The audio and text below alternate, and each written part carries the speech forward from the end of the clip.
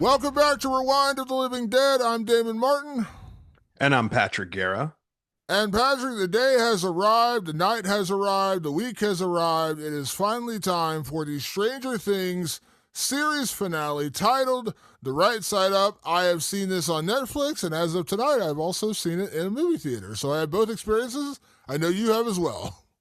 I have as well, Damon. And for anyone who needs to remember, Stranger Things is starring Jamie Campbell Bower as Vecna, Brett Gelman as Murray, Maya Hawke as Robin, Priya Ferguson as Erica, Sadie Sink as Max Carabuono as Karen Wheeler, Noah Schnapp as Will, Joe Keery as Steve, Charlie Heaton as Jonathan, Natalie Dyer as Nancy, Caleb McLaughlin as Lucas, Gaten Matarazzo as Dustin, Millie Bobby Brown as 11, Finn Wolfhard as Mike, David Harbour as Jim Hopper, and Winona Ryder stars as Joyce Byers. Damon, the time has finally come.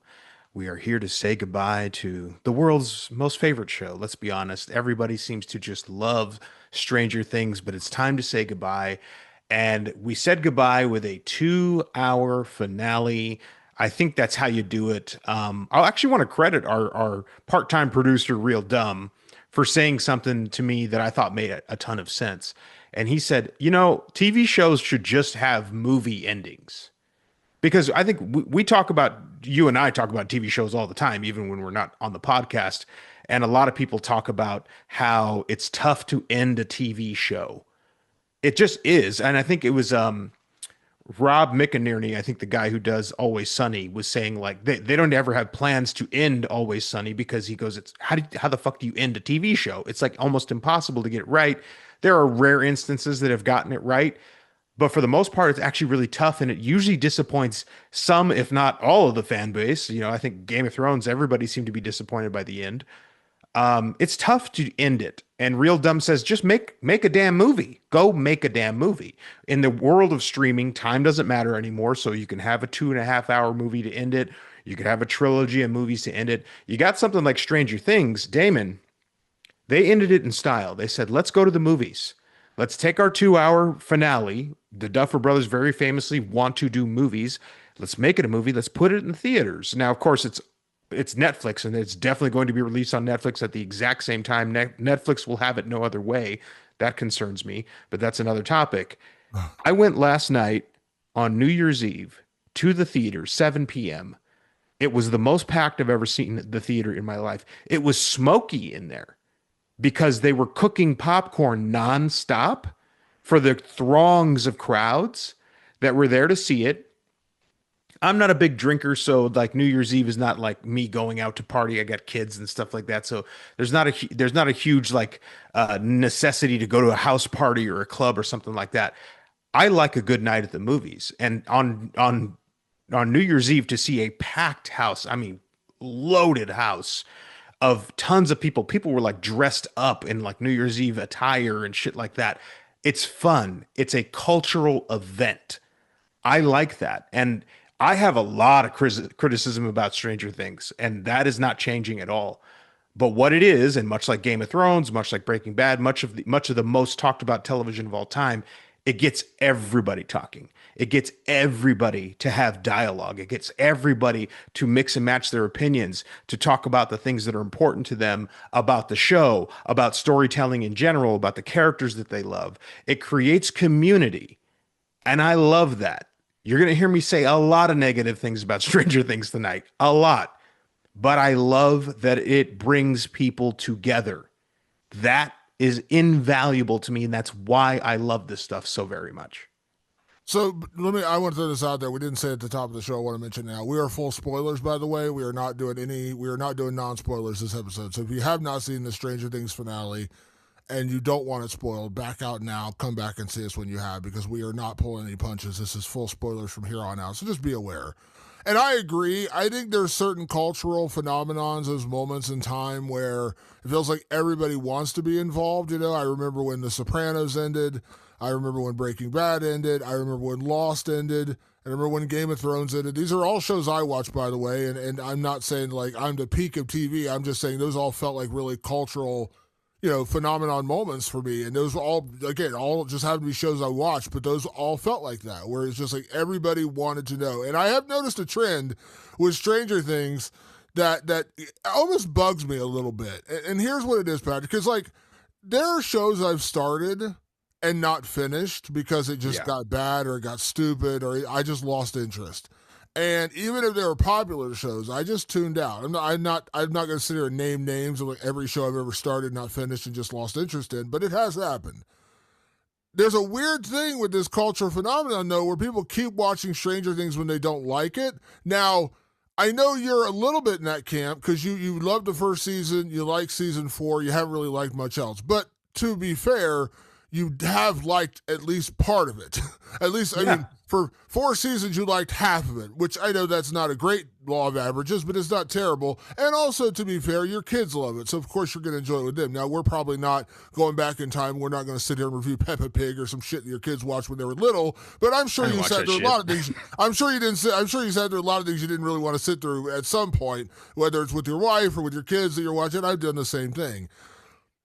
But what's kind of bugged me about this is like there's a lot of people who are like hate watching Stranger Things and they're just like, I hate it. It's the worst show ever, but here's what I thought. I'm like, people, you don't have to give your thoughts on something you absolutely despise. It's different with a movie. You know what I mean? Like a movie, we all go to a Yeah. movie. Like we go to Keeper. I sat and watched Keeper. I thought it was the worst piece of shit this side of Halloween ends. We saw Fear Street Prom Queen. You absolutely hated that movie. Felt like it was written by AI. It was a terrible movie. And by the way, I agree, it was a terrible movie.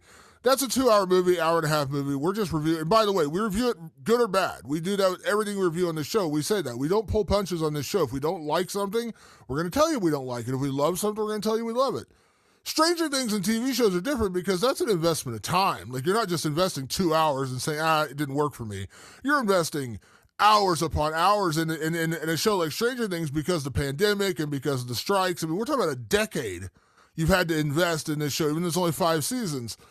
I don't understand that. Like, I understand everyone wants to be part of the cultural phenomenon, but if you don't like it, just don't watch it. Like, I don't need to hear a review that just starts out with, I hate Stranger Things, and here's why I hated the finale. I'm like, dude, whoever it is, why are you watching it then? If you always hated it, if you've never enjoyed it, why are you watching it? Like, just tune it. And by the way, I've done it. Here's an example. I thought of one while we're talking. Do you remember the show Heroes? Yeah. When Heroes came out, I didn't watch it when it first came out, but I was a big comic book fan, and my friends, people were like, "You got to watch Heroes. Like, it's not based on any comic book. Kind of like what's the M Night Shyamalan movie? I'm trying. Unbreakable. Yeah. Unbreakable. Not based on an actual comic, but a great comic book story. That was Heroes. And it got weird and wonky and didn't do great in a couple of those seasons, but like I think there were 4 seasons. I said there were 2 that were really good, a couple that were pretty bad, but I watched it to the end of that. But then they did a resurrection of it. Heroes Reborn. This is like 5, 6, 7 years ago.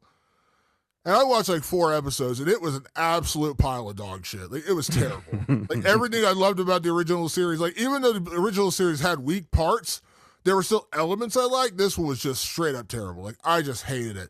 I got through like 4 episodes. I just gave up. I'm like, you know what? I'm not going to waste my time. I don't need to sit here every Sunday night and watch something I don't really enjoy. So I just stopped watching it. I just stopped, like, just why am I going to waste my time on something I hate? I guess that's what I'm getting at. Like, if you hated The Sopranos, why would you stick around for 8 seasons? If you hated Breaking Bad, if you hated it, why would you stick around for 8 seasons? Just tune a movie, I get, but TV, if you don't like it, just don't watch it. Well, this is an interesting case study, Damon, because Stranger Things isn't like other TV shows. It has taken massive breaks, and not for, any old reason like, pandemic thing. There's a lot of reasons why there was a lot of gaps in Stranger Things. Also, the cast just got tremendously popular, and they moved the schedule around and all that shit. So it's one of those shows where it's not like I've been watching this straight for 10 years. It's only 5 seasons. That's it, stretched out over 10 years. You basically get a 2-year break every time. I mean, if you're just averaging it out, you only get a 2-year break before it comes back. It's like the Olympics. So basically, it becomes a cultural event because it has rarity to it. So it's different in that respect. You talk about people who hate watch it. That's me. You're talking about me. You're talking about my particular social media to pages.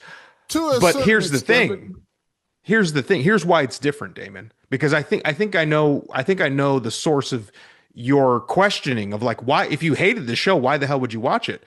So I liked the first season. I think pretty much everybody else did too. I see a couple of people who try to pretend they hated the first season.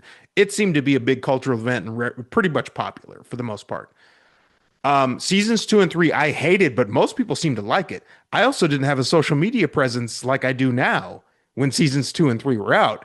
If seasons 2 and 3 were out, I might be making my money trashing Stranger Things at this point. Because, boy, I can tell you, I hated those seasons. Both of them. I thought they were terrible, especially season 3. What happened, Damon, is season 4 came. Season 4 was undeniably interesting. Even if you didn't like it, you could not say the stakes weren't raised. You could not say there weren't interesting villains. You could not say that the gang didn't feel like they were in grave danger. I mean, we left Max blind and crippled in a coma and gone to the world. Like we raised the stakes. Finally, the problem with the whole show was actually solved in season 4. So what you had is a bunch of people who probably were a lot like me and going, oh man, seasons 2 and 3 weren't that great, but boy, that season 4, it's a head scratcher. I'm interested. Season 5 promised us a wrap up to that idea, so we all came back, and I say we, the people who don't really like the show, we all came back to go. I like what you did there in season 4. Show me what you got. Show me how we're going to wrap this up. And let's not pretend, Damon. The volumes 1 and 2 of season 5 had their moments, but overall had some big problems. And I mean, I think you and I both agree the dialogue's been rough this season. The acting's been spotty this season. And then there's like some fundamental issues, which is the thing that brought the haters from season 4 to here. We were here to watch Vecna wreck shop. And we'll get into that in a moment, but boy, that did not pay off, Damon. It really didn't. Even in the finale, which I initially really, really enjoyed when I saw it in the theater, in that group environment, it was a lot of fun. I'm not going to pretend it wasn't. So that's why you've got an overabundance of people who were genuinely like don't like the show because they were like, hey, you gave me a thing right over there, season 4, pretty decent, not bad. What do you got next? Oh shit, it's the same old thing. The same problems I had with seasons 2 and 3. Oh shit. Well, you're generalizing based on your opinion, though, because I've seen people who say they didn't like season 4, they like seasons 2 and 3. I've seen people who say they like 1, 2, and 3, or 1 and 2, they didn't like 3 and 4. You didn't like 2 and 3, and you liked 1 and 4. I'm not saying you're wrong. I'm just saying like that's you. There's a lot of oh, that's definitely me. A lot of people loved 2 and 3, and I thought those were terrible. But I'm saying like there's varying opinions of like what they did or didn't like. I'm just saying like I've seen a lot of people who seem to not like the show at all, and I'm just like, why are you bothering? Like just don't waste your time. Like I get it for a movie, but not for a TV show. You've invested that many hours. If you hate it that much after like watching, like first off, why are you watching 4 seasons of a show you hate? But like it's not even you. Like you had 1 and 4. At least you had 2 seasons in there you actually genuinely enjoyed. I've seen a lot of people like, oh, I've never liked this show. But then why are you bothering? Why are you like? They're probably lying about season 4 because otherwise they would have abandoned. I genuinely was ready to abandon the show after season 3. I hated it, and when I started to watch season 4, I was like, oh wait a minute, this is interesting. I could have abandoned it right in the middle of the show if I thought it blew, and I probably would have. But season 4 doesn't blow. But like I think we've even come to realization with films. Which, but like I said, we watch films and we judge them based on what they are because it's a 2-hour experience or maybe 2.5 hours, generally. And we came to a realization this year, or last year technically now, with Five Nights at Freddy's. We watched Five Nights at Freddy's, neither one of us enjoyed it, but the second one's coming out. It did a bonkers numbers in the box office, so we're like, we got to review it. It's a very, it's a cultural touchstone. It's a horror movie. It's coming out in December. It's going to be a big deal. And we saw it, didn't like it, and we decided as a team, you and I said, we're not going to review these anymore because they're not made for us. We're just going to continue to hate bash them. And the Five Nights at Freddy's fans are going to say, you just don't get it. And the people who are like us who never played the games, don't really care about it, are going to be like, yeah, you guys are right. It was terrible. we're just like, we're not going to bother because these movies aren't made for us. And we've almost kind of come to that same conclusion with The Strangers, because the first two Strangers movies in this trilogy have been so incredibly bad that I'm like, do we even want to bother? Like, there's literally no chance they're going to redeem those two terrible movies in a third one. It's just not going to happen. It cannot happen. Like, because they made all these movies back to back. It's not like they're going to re-edit and refigure it out. It's already in the can. It's coming out in a couple months.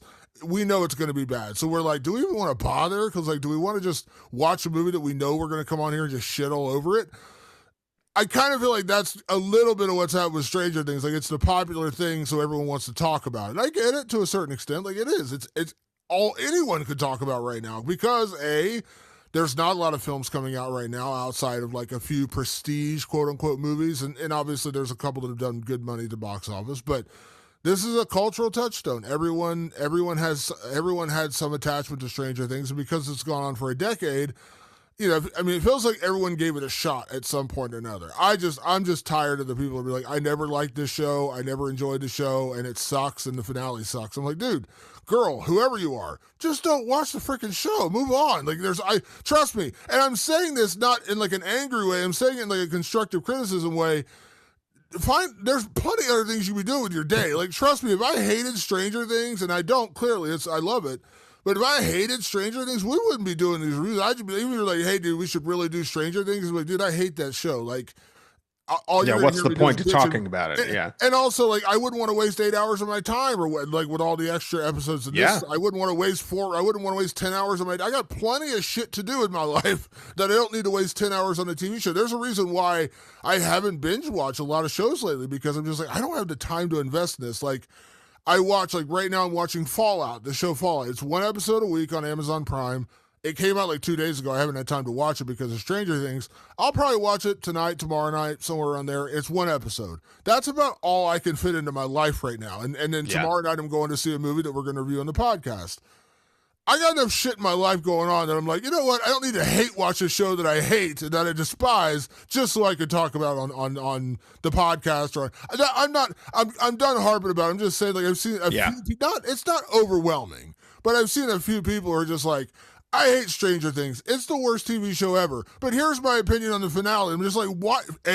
You've already set up I know you're going to hate it, so what does it matter? Like, why am I going to value your opinion? And two, why are you bothering? Like, I'm not even saying it, like, angrily. I'm just saying, like, dude, find something. Go walk outside. Go bone your wife. Do something. Like, go do something else besides watch a show you hate.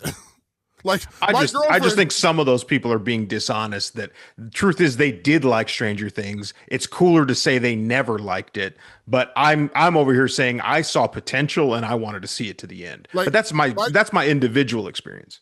Like, my girlfriend watches, and I'm gonna condemn myself by saying this. My girlfriend watches Love Island, which is an incredibly popular reality show. My wife watches that.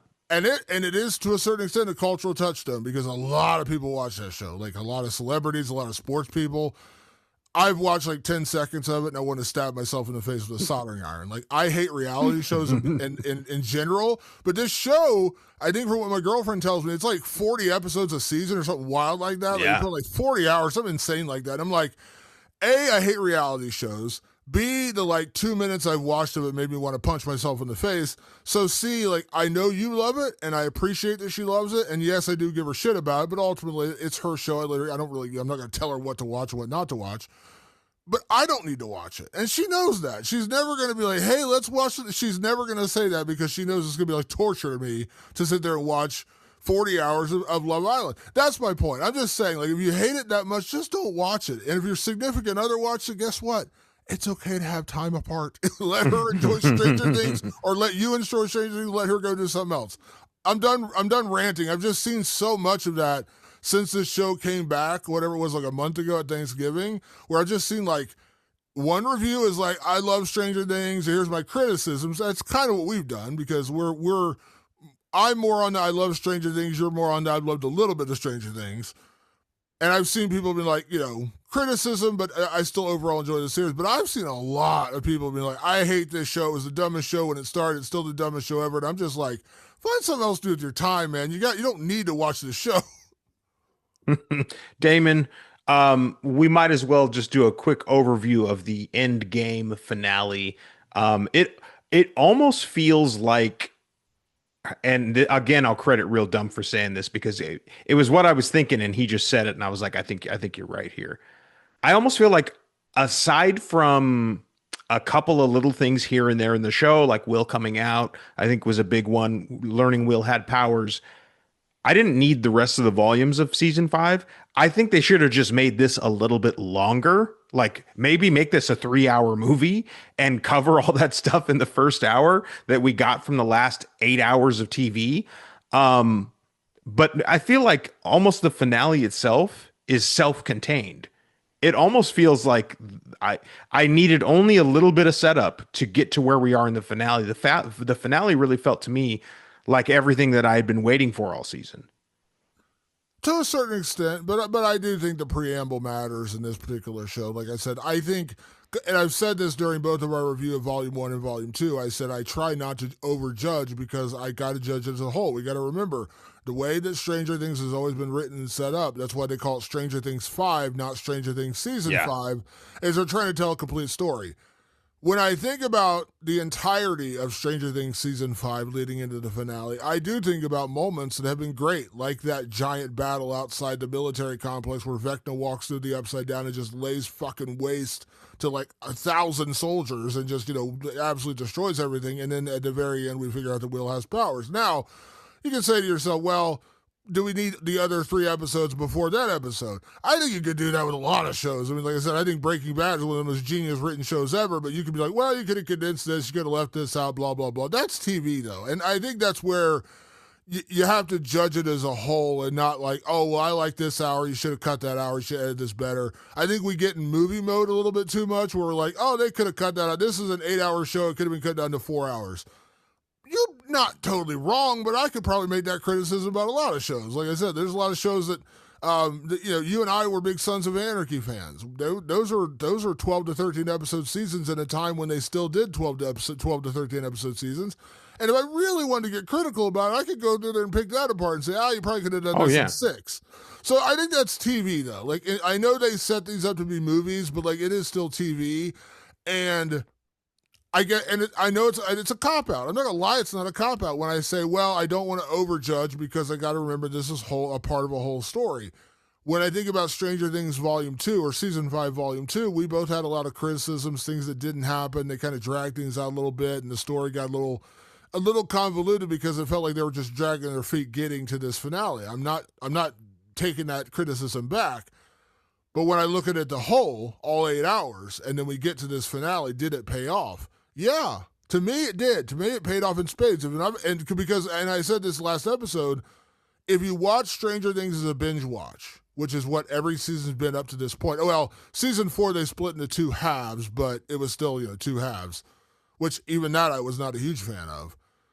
So 1, 2, and 3 were all you just sat down and watched it. Now maybe you took 3 or 4 days to watch it. You're not an insane person like me, and you watch 9 hours of television in a day and a half because you're obsessed and you want to know what happens. But you're getting the complete story within one sitting or 2 sittings or a weekend or whatever. I've tried to take that approach with this season because while I thought Volume 1 was pretty strong, Volume 2 was a lot weaker, and then the finale to me, I loved it and it worked, and we'll get into all the reasons why it worked for me. I look at it as a whole, did it work? Yeah. And so I disagree a little bit with the idea of like you could have condensed it all in this because I think the time spent getting here matters. I don't agree. I mean, but I get it because I think, TV, and this is what we're doing here. Like the Duffers can say all they want. Well, we're trying to make these movies, self-contained movies. Then go make a movie, please. Like I'm begging you actually to make a movie instead and see how the way you've structured this isn't working. Um, I really think that for TV, it's a character-based thing. And that's why you get a lot of what feel like wasted episodes, because what they're doing in those moments is character work. I just think Stranger Things doesn't do character work very well. That's my opinion. My opinion is I feel like the story, like just to throw an example out, the story between Hopper and Elle has been the same story every single season. It's You're getting too big for your britches. I'm scared you're going to die. You're getting too big for your britches. I'm scared you're going to die. You're getting too big for your britches. I'm scared you're going to die. It just kind of keeps repeating. I understand that that is the dynamic of these two characters. I don't need it continually repeated for me. What I need is for that concept of those two characters to continue to advance. And it doesn't appear to advance ever. How about Elle and Mike? Elle and Mike, like it's very much a will they, won't they situation, right? Like we all kind of want Elle and Mike to get together. They both clearly love each other. I'd argue they've actually done it better in other seasons. I think it was season 4 when they were truly like a couple? It was something like that, right? Season 3 was where they were like a Season couple at three. the beginning, and then they broke up when when Mike lied Yeah, to her and so that whole thing so that happened. might So have been the yeah. best like growth moment, in terms of just like who they were. But then like I feel like this season it was almost stagnant until the end, until the and I feel like they give Mike and Elle a lot of time in the finale tonight. We'll talk about that.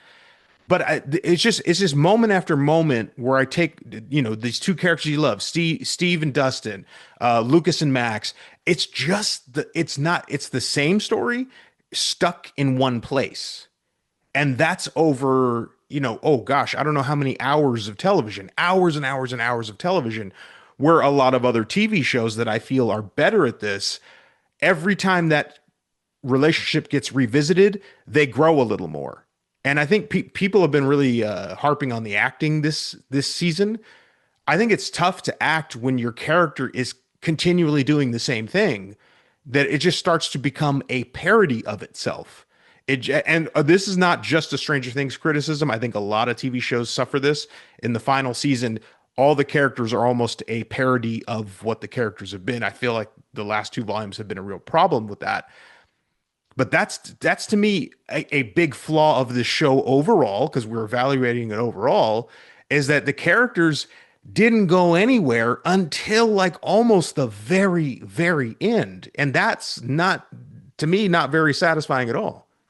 And I totally disagree. I think this has actually been a great character show. I think that's actually, in a way, I guess what I would say kind of held the show back a little bit was because they got so involved in the characters, which is why I think we got to the point where we're like, we don't think anyone's going to die because everyone loves these characters so much and has become so attached to these characters that we can't imagine any of them dying. Now, I do want to get into the peril that surrounded this episode, or the lack of peril that ended up surrounding this episode, and why every episode up to now, like volume 1 and volume 2, we said, where are the stakes? Why is nobody dying? Who's going to die? We had these big predictions. In the last episode, we basically said we don't think anyone's going to die.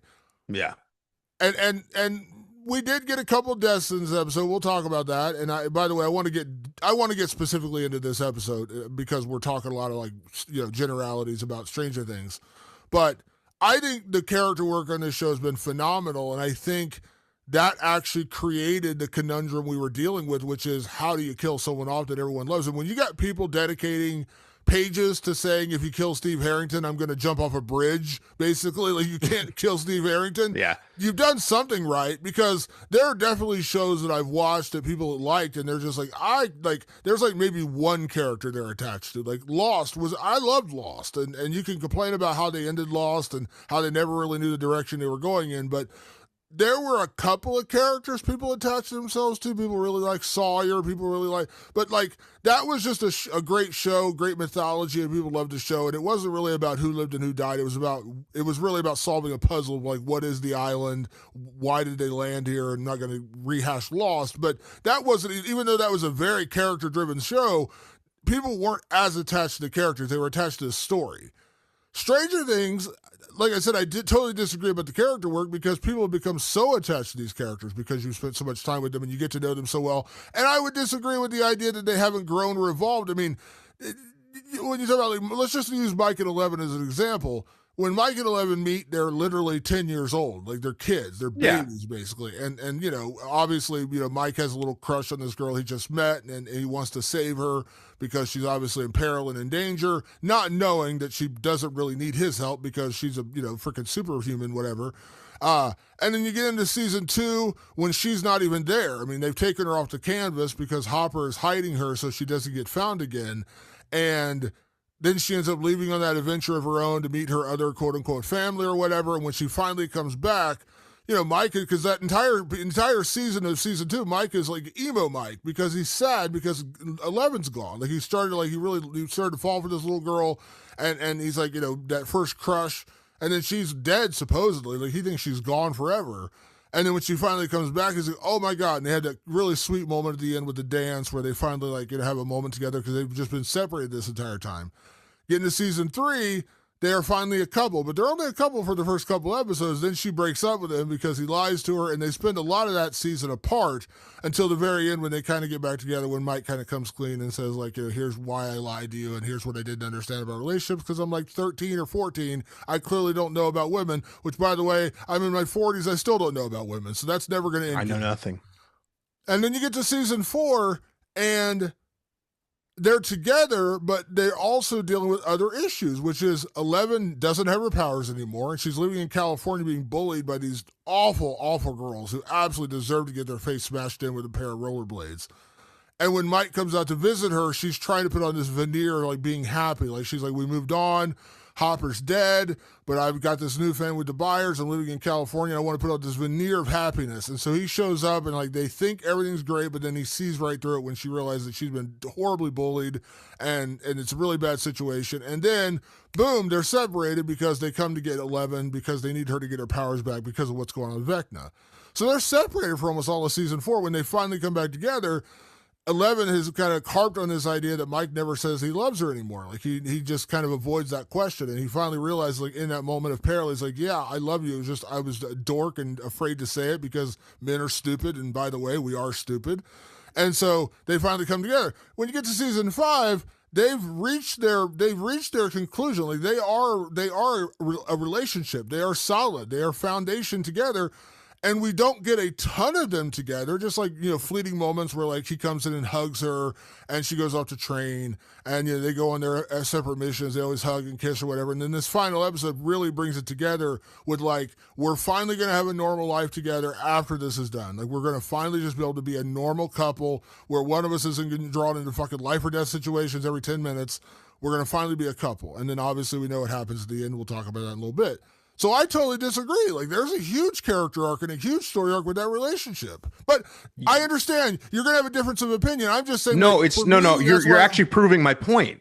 You're proving my point. What you've described over seasons 2, we won't count season 1 because I think season 1, the Duffers actually, if no one knows this, the Duffers never intended to do these middle seasons. It's because of the success of the show, everything changed. So we'll talk about everything from season 2, 3, 4, and 5.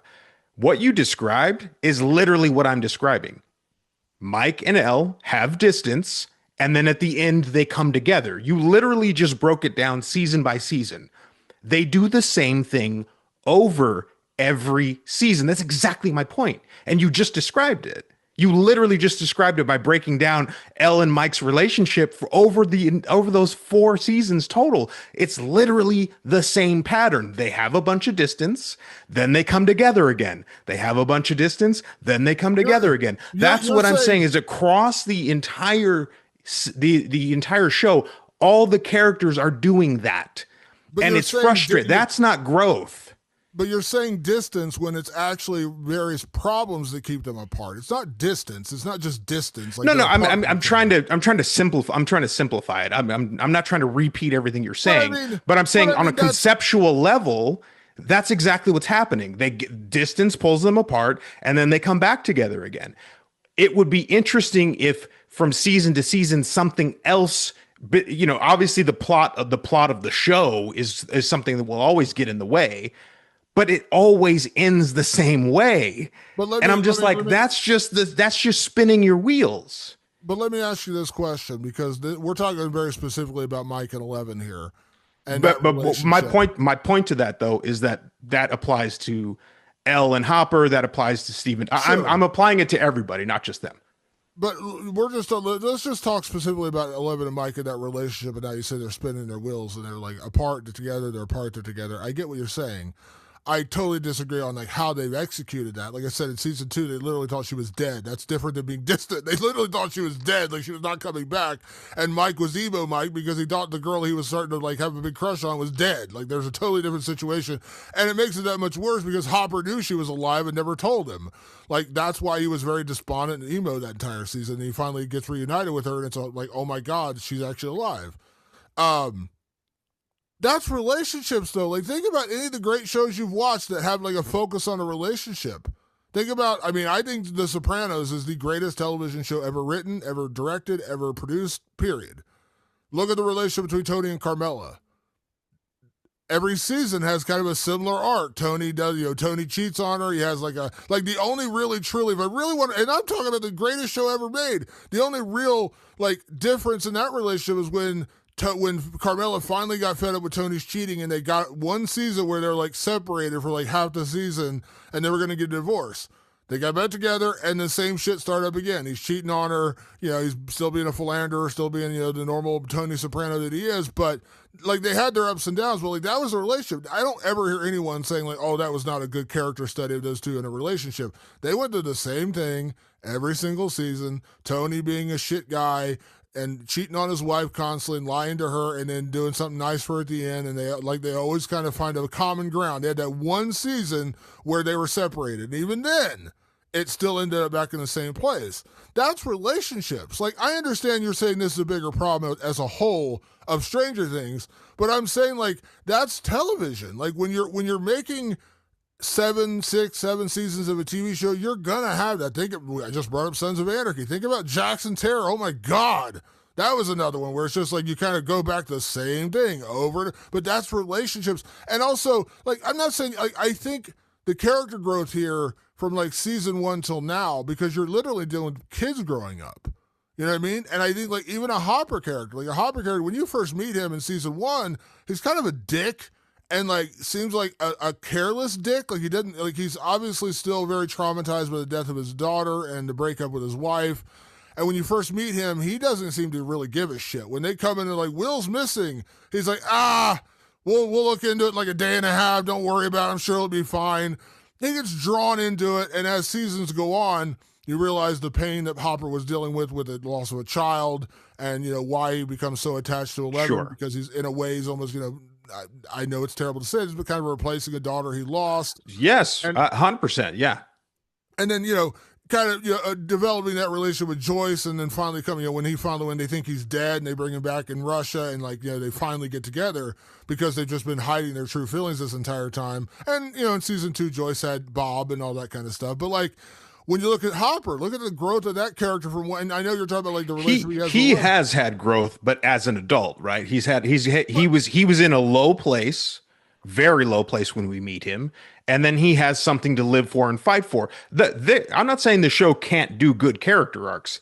It doesn't do them consistently. Consistency is a huge problem with this show. So Hopper has a pretty consistent arc. I think it actually stifled this season, and all of a sudden he just kind of became almost background. He was almost just there to push Elle along a little bit. And people are please start talking about the episode.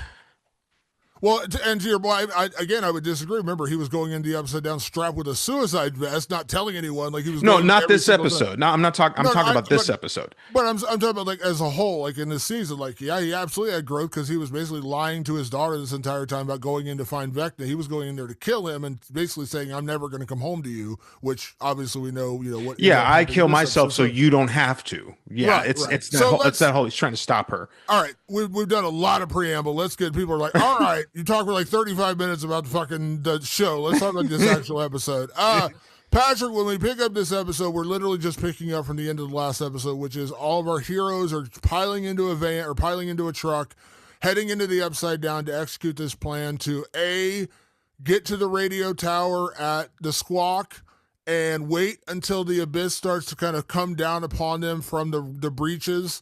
And they're going to, get in and they're going to blow the Upside Down to kind of wipe it out. The bridge collapses and that will stop the abyss from coming in and crashing with our planet. And simultaneously, Eleven, Kali, are going to travel into the Vecna mind world to get Vecna, to kill Vecna in there, because they kill him in there, he's dead in the real world, and then that saves the world. That is effectively the plan they're dealing with here, and that's really where we pick up here. And that's really what, I mean, to a large extent, plays out for most of the episode, which is, you know, Eleven and Kali going into Vecna's mind, and the rest of our heroes first traveling into the Upside Down to the radio tower, then eventually traveling into the Abyss to go after Vecna, and who we eventually figure out is the Mind Flayer. That is the bulk of the episode. That is an hour and a half of the episode, hour and 40 minutes of the episode, and it is hour and 30 minutes of the episode. It is a 2 hour and 8 minute movie, or 2 hour and 8 minute episode. There is an epilogue. We will get into that in a little bit, and a lot of epilogue, which I know I've seen mixed things about. I actually really enjoyed it, because I guess if I had one complaint about a lot of TV shows I love, when it's the final episode, you get to the conclusion and you get like maybe 3 minutes after, and it's like, Right. I'd like to at least do a little bit more, like what happens to these characters I've cared about for 5, 6, 7, 8, 9 seasons or whatever, and you're just like, it's over. Like, I do like a little bit of an epilogue. Like, I know this was maybe a little longer, but It was a little this long. this was such a big show. Like, because guarantee you, if you did a 20-minute epilogue or a 15-minute epilogue and you didn't give the touchstones that they gave in this episode, there'd be the opposite reaction. People bitching like, you didn't give us closure, that character and this character. So I actually thought the pacing was pretty awesome. And when I watched it tonight in the theater with a crowd of people, sold out theater, by the way, packed to the fucking brim. Yeah. Nobody got up. Like, this is too long. This is boring. Like, everyone's gasping and, oh my God, I can't believe they did this. Like, and I assume most people were probably watching it for the first time. I was not. But like, it was like, no one seemed to be complaining about the 2 hour and 8 minute runtime. Nobody seemed to really be complaining about the 40-minute epilogue. So I thought, like, to me, this episode paid off in spades, and it worked really, really well for me. Are there things I could pick apart? Sure. But that's our plot. That's what we're dealing with here, is basically the continuation of the last episode, and now it's time to get Vecna in this thing.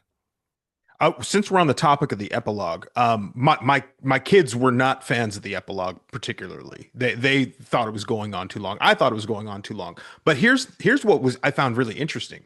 So the Duffers have obviously built this whole show around 80s nostalgia. This could have been shortened in a couple of respects specifically.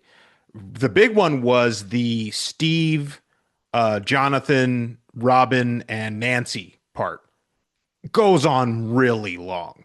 And I understand. Well, listen, I love Steve. Let's not pretend we don't love. We all love Steve. Talk about what a very charming character that had a great turn early on in the show.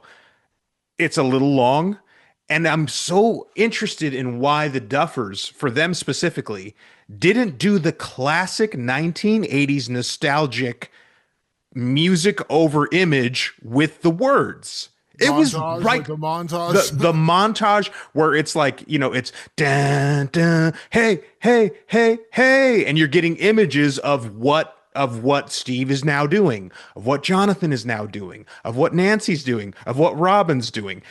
I was like, oh my God, it was standing right there for you guys. They chose to give them a very long, drawn out kind of end of what they're going to do with themselves.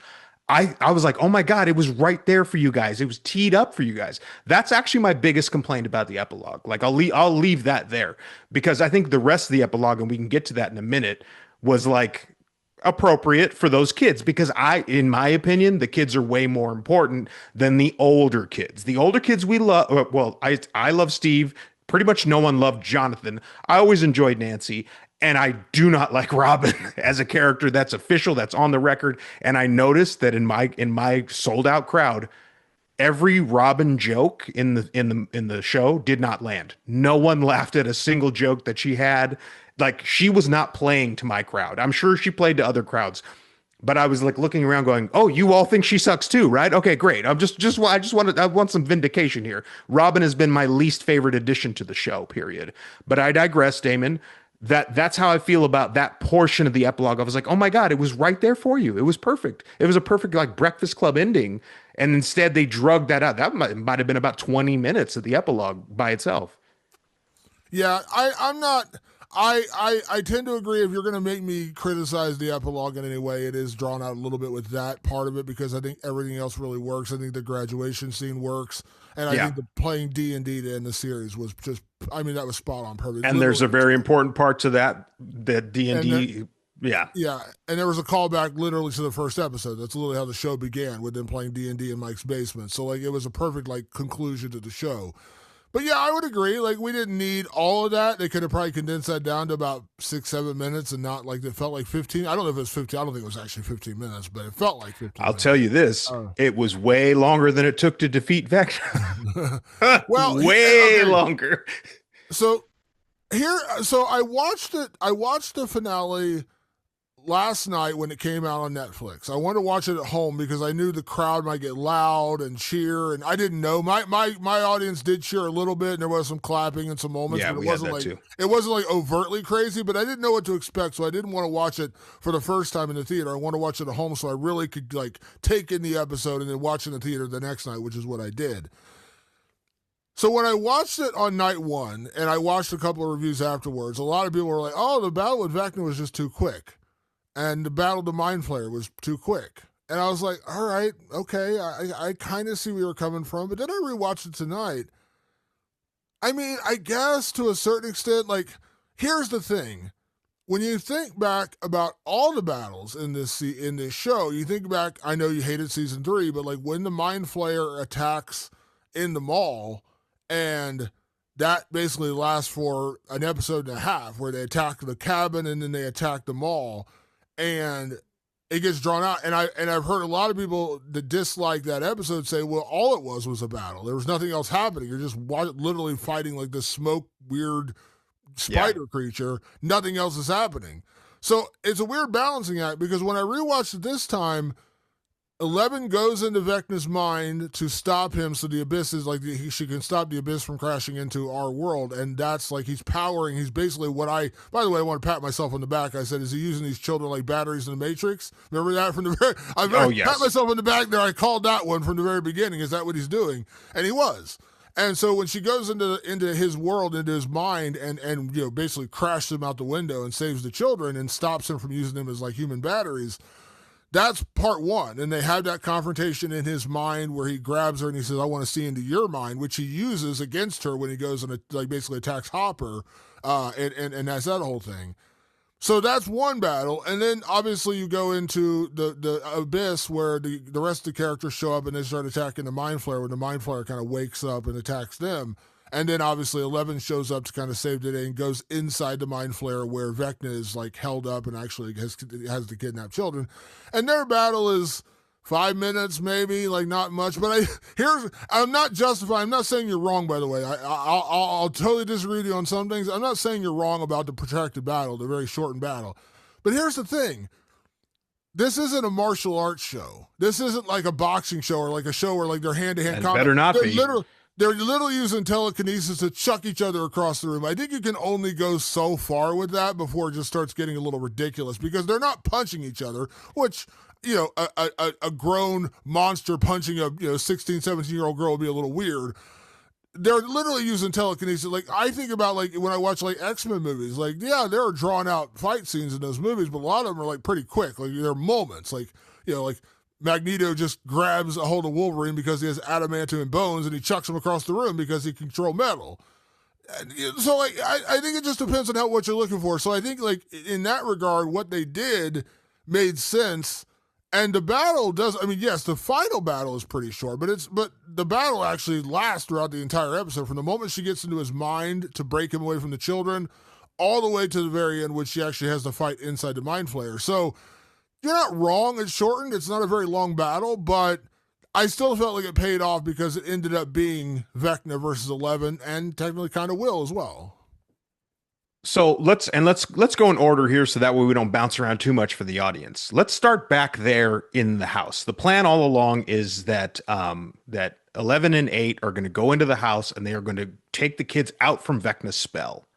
So that's part one of the battle essentially. And I like what they do. They set something up there, which, by the way, feeling very vindicated about season two, episode, what was it, episode 8 or whatever, Yeah. the one that everybody hates. Truth is, 8 actually super mattered they used her properly. They set her up and they pay her off in this episode. So in this episode, we learn that she has the power of this incredible cloaking power.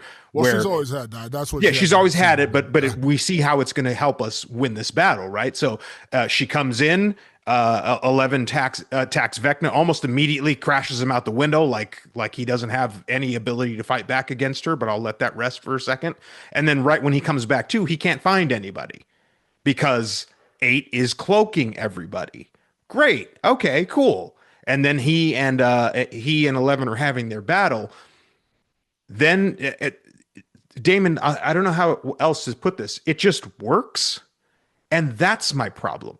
My problem isn't the time. My problem is that the plan just works.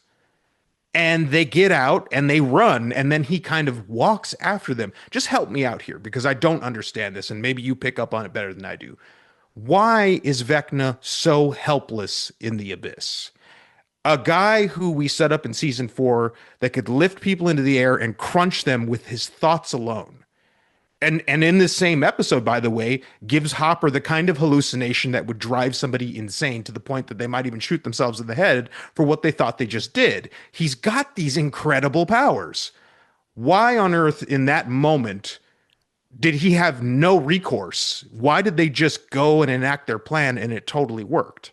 Well, are you talking about in the mind part or in the mind flayer part? There's two different parts. You're No, talking no, we're still in part 1. I want to go in order. So right now we're just talking about getting the kids out of the room. He's got them in a room, all in a trance, and 8 and 11 come in. I'm just talking about that part right now. So in that part, yes, they come in and he's got his back turned to 11 when she shows up. So he doesn't know she's there. He's kind of in this trance, powering himself to prepare. Sure. I mean, and we see it in the other part of the episode where the abyss is crashing down. So like his plan is enacted. So he's kind of in a trance when this happens. When she shows up and chucks him out a window, it's not that he's not defending himself. He doesn't see her coming. And because he's in like this trance-like state, just like when the military finds Max in the back room or whatever. Just to that point though, but while he was in that trance-like state, he was able to make Hopper believe that he needed to shoot open the tank to 11, correct? Well, that's later. That's later. That wasn't during that time. No, that wasn't. Okay, no, that's right. Okay, I'll just all right, that's fine. No, that's fine. Okay, go ahead. So 11 shows up. They use Max to go to the mine because they need her to guide them through his memories. They get through the memory and they get to the house. And she sees him sitting there all, kind of wigged out with the kids, and she just chucks him. Like she's like, he's not looking, he's not prepared for this. Yeah, that part's chuck fine. him out a window. And they pull the children away. Now the children have been mind fucked by Vecna to say, like, he's the good guy, these are the bad guys. And they do the cloaking thing to say, we're going to show you that he's actually the bad guy. They need to convince the kids that Mr. Watson is lying. So they hide the children, and then when Henry comes back, he grabs 11 and like his little telekinesis thing, and basically he doesn't full go Scooby-Doo villain where he lays out his entire plan where they're like, oh, you meddling kids, but he like kind of basically says like this is I'm going to kill your world more or less, and he also says I want to see into your mind. Because remember, we're in the mind world here, and that's where he gets the information about the conversation that 11 had with 8 about we need to sacrifice ourselves when this is done. Like we need to kill Henry and then be done with it. And at one point, he's like, she's like, they're gone, they're not here anymore. And then he remembers, because remember, Henry grew up with these kids. He remembers what 8's power is, the power of illusion. So he walks through the illusion, realizes it's not, the kids are gone. They're still very much there. And that's when he attacks her. And then 11 grabs, because again, he's distracted. 11 grabs him. They fight for a minute. And then 8 jumps on top to stab him. And boom, goes to the ground. Nothing's there because Vecna popped back into the real world. He went out of his mind because he controls this. This is his little world. Right. He pops out of the mind world and goes back to the real world. So he's back at that point. He's in the mind flayer world, which at that point our heroes haven't made it to that. So when he leaves, he saves himself by disappearing out of his own world when she stabs him, when Sure. she's like, "Hello, brother," and she tries to stab him. So Yes. they have a reprieve. They have a minute to get the fuck out of there and go hide in the caves where they think that Henry can't find them. And so they're leading them back, and they're all together. 11, Collie, and Max, along with all the 12 children. They're all leading them there. Of course, you have some hiccups. Derek's, a little overweight. He doesn't want to run, but okay. Right. And then 11, 8, and Max disappear. That's Henry back in the real world manipulating Hopper because he's trying to because 11's in that tank. Right. To get her out of his mind, he needs her to wake up. He needs her to get pulled out like he can pull himself out. So he goes there and he's basically fucking with Hopper, basically casts this illusion that, basically takes that memory from Elle's mind and puts it out there in the world so Hopper can see it. Now, we see it as like an illusion. We don't know if this is just him in his mind, like showing him in his mind. We're just seeing it on the screen. Yeah, and sure. that's when he's like, oh my gosh, she's going to kill herself. And then Vecna puts himself right in front of the tank. He shoots. Obviously, he's an illusion or he's just not really there, and he shoots the tank. But once again, this is all, he's in Hopper's mind just like he's been in Elle's mind. When he grabs Elle and says, I want to see what's going on in your head. And he uses that to make Hopper shoot the tank. He thinks he shot her, which, by the way, when that happened, my entire audience was like, oh no. I knew right away that I was like, oh, she's not been shot. When they pulled it, well, I thought maybe he shot her like the shoulder or something, like not really severe, but like not really killed her. I was like, oh shit, like, because there was blood and stuff. And he pulls her out of the tank, wakes her up because he's panicked. He thinks he's hurt her. All that was Vecna trying to get her out of his mind. And once she's out of his mind, and they don't have a way to put her back in there with the tank being gone because he breaks the glass, he knows he has free reign to go back in there and go after the kids again. So that's really that whole thing. It's like, I know I'm laying it out in kind of a long way, but that's how it gets drawn out. No, but my question is, when he's in the abyss, not in any mind or anything, does he have zero powers? When he's attached in the Mind Flayer, if he's in his mind, he's just, remember last season when they decide to go after Vecna in the house and he's all tied up on the things? Yes. Because he's doing the mind thing again. Yeah. They attack him and they burn him and they nearly get him because he's vulnerable. He's in a trance state. He's in this mind state. Right. So yes, technically he's vulnerable in that minute because he's all tied up. He's basically like, I don't know how to describe it better. Like he's like in the Matrix. Like they plugged him in. Like think about it. Sure. He's in the Matrix. Remember in the Matrix when they're attacking the ship and they're trying to save Neo? He's still plugged in, and Joe Pantaleone's character is going to kill him. He's just going to yank the cord out and kill him. So he's just like in the Matrix. Neo is a fucking total badass, but he's still vulnerable in the real world. Same thing here. He's all plugged in, and when he's in his mind, he's vulnerable because he's just like he's in like a trance state. He's in that Matrix state. So yeah, he's vulnerable.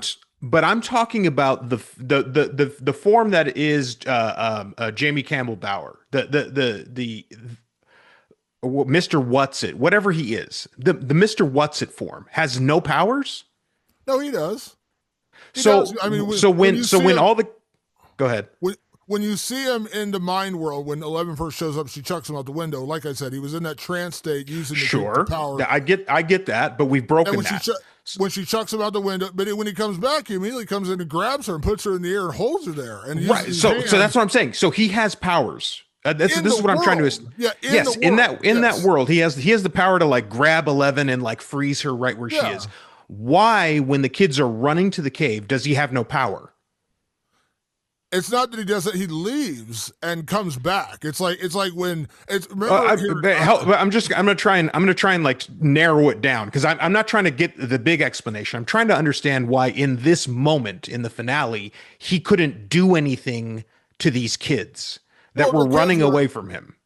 The kids first off, he's not there at the beginning. He's left the world. He leaves the world, and when they're first running, but then he's back in the world chasing them to the cave. Hold on. They're running to the woods. They're almost to the cave. 11 and Max and them show up, and then they disappear. And she's like, go get them to the cave, Holly. Holly gets them to the cave. It's when they've basically gotten to the cave where they think they're safe because Henry's scared of that cave. They're already there. he comes back into the world. They're already at the cave. So he can't really, and when he does use his powers, he does. He extends his hand out and grabs Holly by the leg, but they're able to pull her back in just in that moment, like, because he's extended himself so much in that moment, they were able to drag him away from his vine-like group power. That he does use his power in that moment. He's just too late because they've already got the cave. And that's fine. So he can use his power. He gets into a tug of war with Derek and loses because I guess if he touches that shadow, he's powerless. Is what I'm trying to understand. It's and we see how that evolves in this episode. He actually ends up going in the cave, but he's right, which to me was a bad plot hole to do. They shouldn't have done that. we will get to my biggest criticism of this episode, and that is 100% it. Yeah, but my point is that.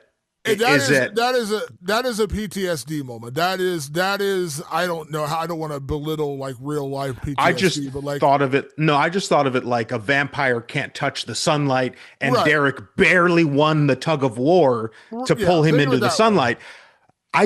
Here's why I call bullshit on that. Like in that moment, it's almost like just don't show that moment. I think that's the mistake. Is that Vecna shouldn't have gotten her shoe. Derek should have got her into the shadow just in time. Because now he's locked in this vine thing. There's no way on earth that he could have beat Vecna in a tug of war. I don't care. Yeah, I know he's a big kid. It doesn't matter. Like Vecna could have easily just went whomp because we know how powerful he is. I mean, shit, he can freeze 11 in place and kill her. But there's always those plot armors that we get. But he's so powerful. I was like, why even do that? You should have just got the vine right up to the shadow and he just barely misses her shoe. But now he loses a tug of war with Derek? Come on. Well, I mean, you're not wrong in terms of like the power thing, but I think you're nitpicking in that regard. Like if he didn't get her and he just pulled in the shadow, it's the same result. They just want. But then when he gets in, why don't we get into the cave? Because then the problems to me go up. So he gets in the cave and he's obviously very traumatized by this cave, which is why he's been terrified to go back in there. It's part of his memory, which is what this world is. It's all Vecna's memory, all Henry's memories. And he gets in there and it's almost like he is back in war. He is back in, whatever the fuck, made him this traumatized. And he's struggling to get through there. Like he's basically forcing himself to go in there to go after the kids because he knows that's his only way of completing his plan of crashing the abyss into our world. And here's where they make the mistake, because in the last episode, they teased that we see Henry run into this weird guy with a briefcase and he shoots Henry in the hand. Henry reacts, which, rightfully so. He grabs a rock and kills the guy. And by the way, I'm not even saying he's wrong. When somebody shoots me in the hand, I'm going to bludgeon your fucking head in too, by the way. Yeah. And then we get the hint that there's something with this briefcase. And the Duffer Brothers said it's going to play a part in the finale. We're going to see what it is. And we did. He gets in there and Henry opens the case and we see a brick or a piece of rock that we have to assume is from Dimension X. It's somehow transferred into our world. We don't know how, which, by the way, I did hear the Duffer Brothers say post-finale that briefcase, that rock, is going to play into the spinoff show that's coming in the future. So that rock came from the abyss. How it got here, we don't know the answer. Sure. To that. We don't really need to know the answer. It's fine. It's a thing. And he touches it, and he's connected to the Mind Flayer. He's connected to the other world, and he's like, find me. And here's where I was like, if you do this, I'm out. Like, to the point where I was going to be like, if you do this, I'm going to turn off TV and say, fuck this TV show. For a brief moment, because Will at this point has reconnected with him through the hive mind, which we've learned from past, when Will got his powers, he didn't really have powers. He's just tapping into Vecna's power because he's part of that hive mind because he's been there for so long. And he's been connected to the Mind Flayer from season 2. So, like, they made sense why Will has this power. Yeah. He can get into Henry's mind, which he did earlier. So this is not new shit. Like, he's doing it. He's done what he's done in past episodes. And he sees this moment, this very traumatic moment for Henry where he touches the rock.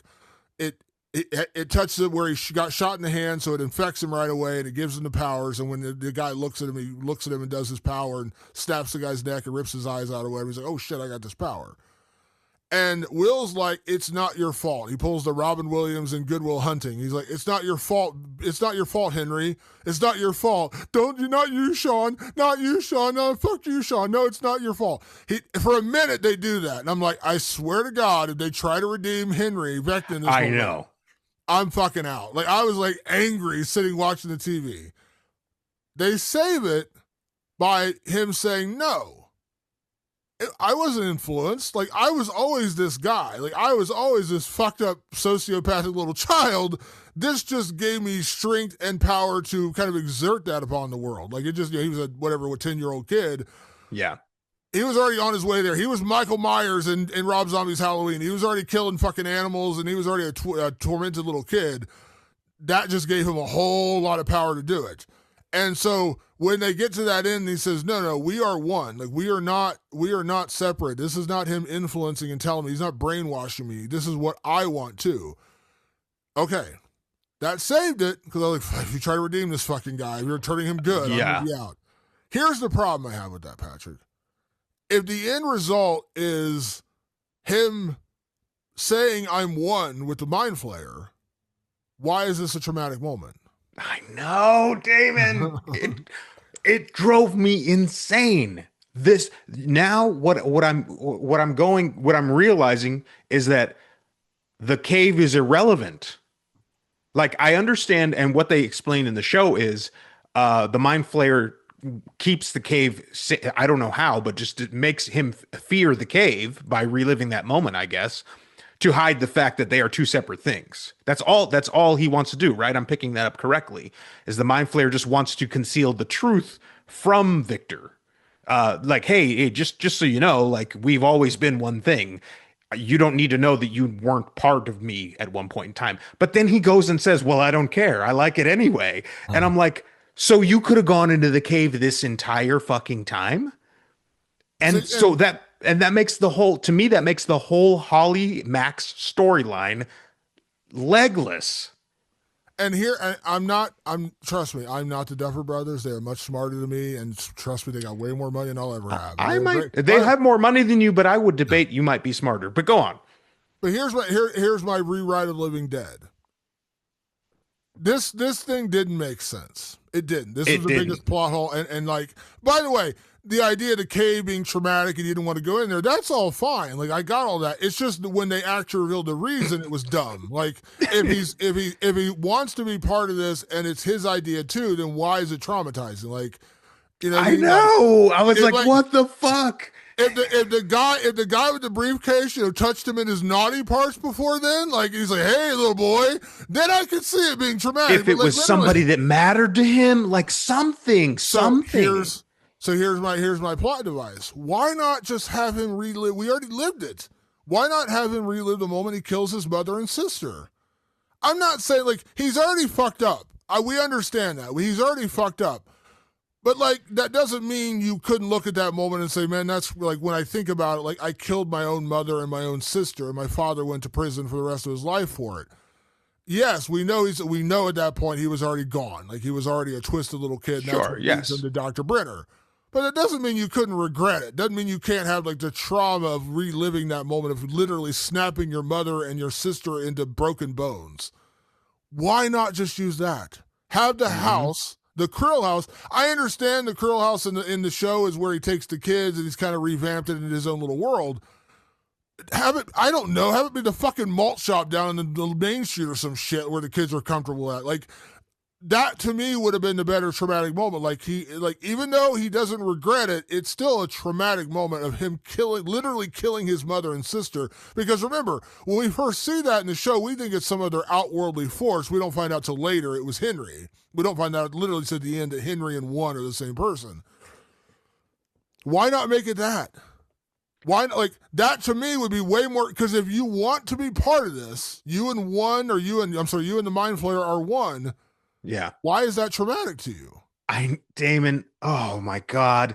And because I was really not digging the Holly storyline the entire season, but here we are now. We are at the moment of truth. We are in the cave, the one safe space, and we're going to ruin that by letting him cross in. I was like, oh, good. They're actually showing that, like, you can cross this one barrier, and then they do that shit. And I was like, the problem is, and I'm going to go right back to saying it's a fundamental problem with the show as a whole. The Duffer Brothers have a problem with setups not paying off. The Damon Martin rewrite pays off big time. This goes, why the fuck did you even show me this? Why the fuck did you even do this for eight episodes if it doesn't matter? Here's where I think the problem is. They're trying to give you a twist. If you just have him afraid to Mission go in not that, accomplished. if you just have him going into the house, knowing what we know about the parents, we've already figured it out. They're trying to keep it a mystery why he's scared of the cave, which, like I said, if it pays off, great. It didn't pay off. So I would like, oh, go ahead. no, I was just gonna say like that like I think that I'm not justifying it. I think they're wrong. I'm just saying I think that's why they did it. They're trying to keep it. They're trying to keep it as a big twist. Like, why is he afraid of the cave? Kind of peppering out the information till the finale. Like, oh, but it didn't work because you're telling us like weirdly, if they proved it like he was influenced by the mind flayer and he comes out of the trance, that would pay off the traumatized. Like that would pay off the trauma. But you're like. And by the way, that would have totally pissed me off and I would have walked out of the theater. But you're telling us he wants to be here. Him and the Mind Flayer are one mind. So why? I just, like I said, you got to give me more in that moment. I'm not trying to get twisted and sick and be like, he's got to touch him in his naughty boy parts. I'm just saying, like, that would make sense to me why he's traumatized. Him getting shot and getting powers and connecting to the Mind Flayer and, like, working the rest of his life to actually cross over to the other dimension. If he wants to be there, why is it traumatic? I just don't get that. That just doesn't make sense to me. They have a setup and payoff problem in the show in general, and they did it again this season. And I complained about it a little bit earlier on one of the other episodes, so I'll try to be as short as I can, which is they put a lot of the ball in the court of those other kids, the other 12 kids, and not Derek. They introduced Derek. People immediately loved him. They seem to have a knack for doing that. And they gave a great set up for Derek to kind of side with Vecna, and that was, I'm going to fucking threaten you by destroying your family. They set that up, and all it did was make Derek pause. He just became inert. If there had been some better setup for this situation that hinged on Derek's choice to help the group or help Vecna, they had the setup. The setup was, you fall in line or I kill your family. And in that moment, he could have been like, no, you're a liar. I know you're the black monster, whatever they were calling him. I know you're a liar. And he goes, you know what, Derek, I was a liar. I was never going to kill your parents because they did. And then he could do the thing that he did to Hopper and allow Derek to believe that his parents are dead in that barn because they kidnapped everybody and wrapped them in sacks. And he goes, they're dead. And the only way to get them back is to let me combine these worlds, and I can bring them back for you, Derek. We can do that. We can build a new world and bring your family back if you help me cross this threshold. Whatever. They'd have to create some sort of a setup for that too. I don't want to give them too much work. And they never pay that off. They never pay off that setup. And they had it. It was sitting right there for them. And so it's just a problem with this show. Well, and then the setup for the payoff for this was not good. Well, if you want me to give my real criticism of Stranger Things going into final season, one of the reasons we kept talking about the stakes, who's going to die. Sure, I let go of that. By the way, that's officially I let go of that. But yeah, go ahead. And here's the thing: Stranger Things. We talk about character development and being a problem. Here's the real problem: it's not character. I don't think it's character development or whatever. I think they've done, Stranger Things, the Duffer Brothers in particular, have done a tremendous job of giving us characters we like or don't like, that we root for or don't root for, and we want to see them live or die.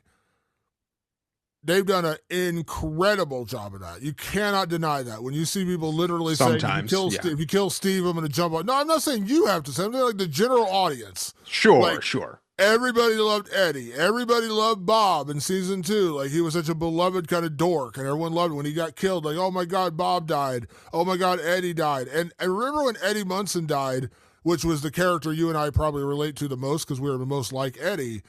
How many theories were out there about how they're going to resurrect Eddie? They literally had, and by the way, I still didn't totally believe it when they're like, oh yeah, he's not coming back. Joseph Quinn's got a big career now. He's not coming back for this. Yeah, I didn't believe it either. Even then, I was like, I don't know, man. You guys like this. He's a beloved character. I figure like you're going to figure out a way to bring him back.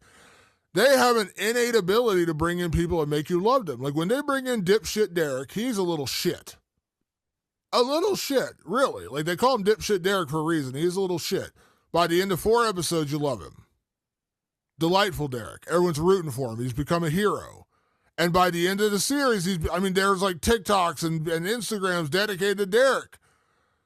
You've introduced another character, another thread you have to pull at. To me, this is not me. I guess I am rewriting it, but here's my thing. You got a million characters already on the board. You already got a million chess pieces on the board. Make Lucas, or I don't know, make Lucas or make Mike or make Dustin, one of them in peril. You've already got them on the show. You already got them as a main character. You've already used them. Have them be in peril. Have them in that situation where they're in the cave or whatever. Like, they keep introducing more and more people and then not taking them off the canvas. Well, I mean, they do take some people off the canvas, but I'm just like, we're in in game here. You know what I mean? Like, and I understand, like we are in Endgame here. And when you watch like Avengers Endgame or Avengers even Infinity War, they tend, like, even though there's a billion characters on the canvas in those movies, they tend to focus in on like 6 or 7 of them. We're focused on Thor. We're focused on Cap. We're focused on Tony Stark. There's a million other people, and we do get a lot of other characters, but by and large, they're focused on like 5 or 6 people, and then everyone else is kind of like on the outside looking in. Even in Endgame, like, they bring everybody back. We get a couple really cool moments. We get to pay off with Spider-Man reuniting with Tony Stark and all that kind of stuff, but they're really focused on our 5 or 6 or 7 main Avengers and then Thanos.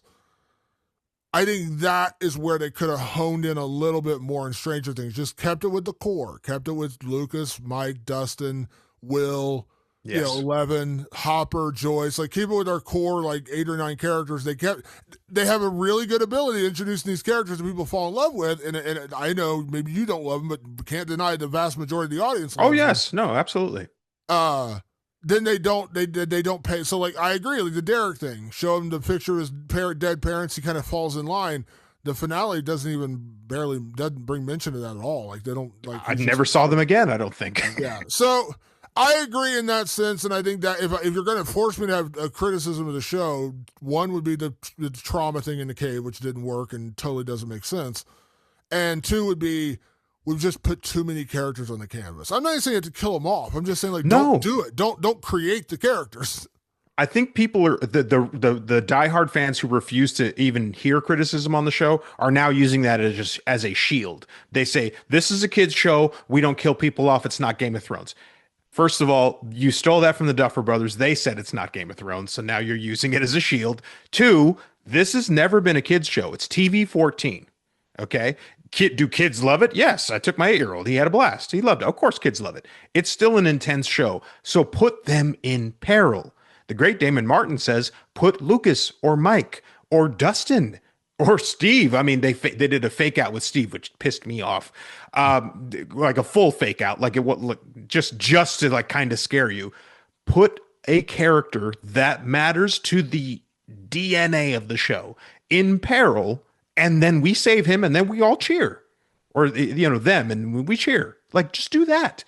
So on to Damon, the final showdown, which is now Vecna and the Mind Flayer have combined to create the ultimate 200-foot spider. Here we go, Damon. Now we're in the end game. Now it's going to happen. I clocked it, Damon. It's quick. And when I say quick, it's under 5 minutes. I watched it and I was like, well, that can't be right. And I rewound it and I started the timer right as 11 enters into the interior of the Mind Flayer to battle Vecna.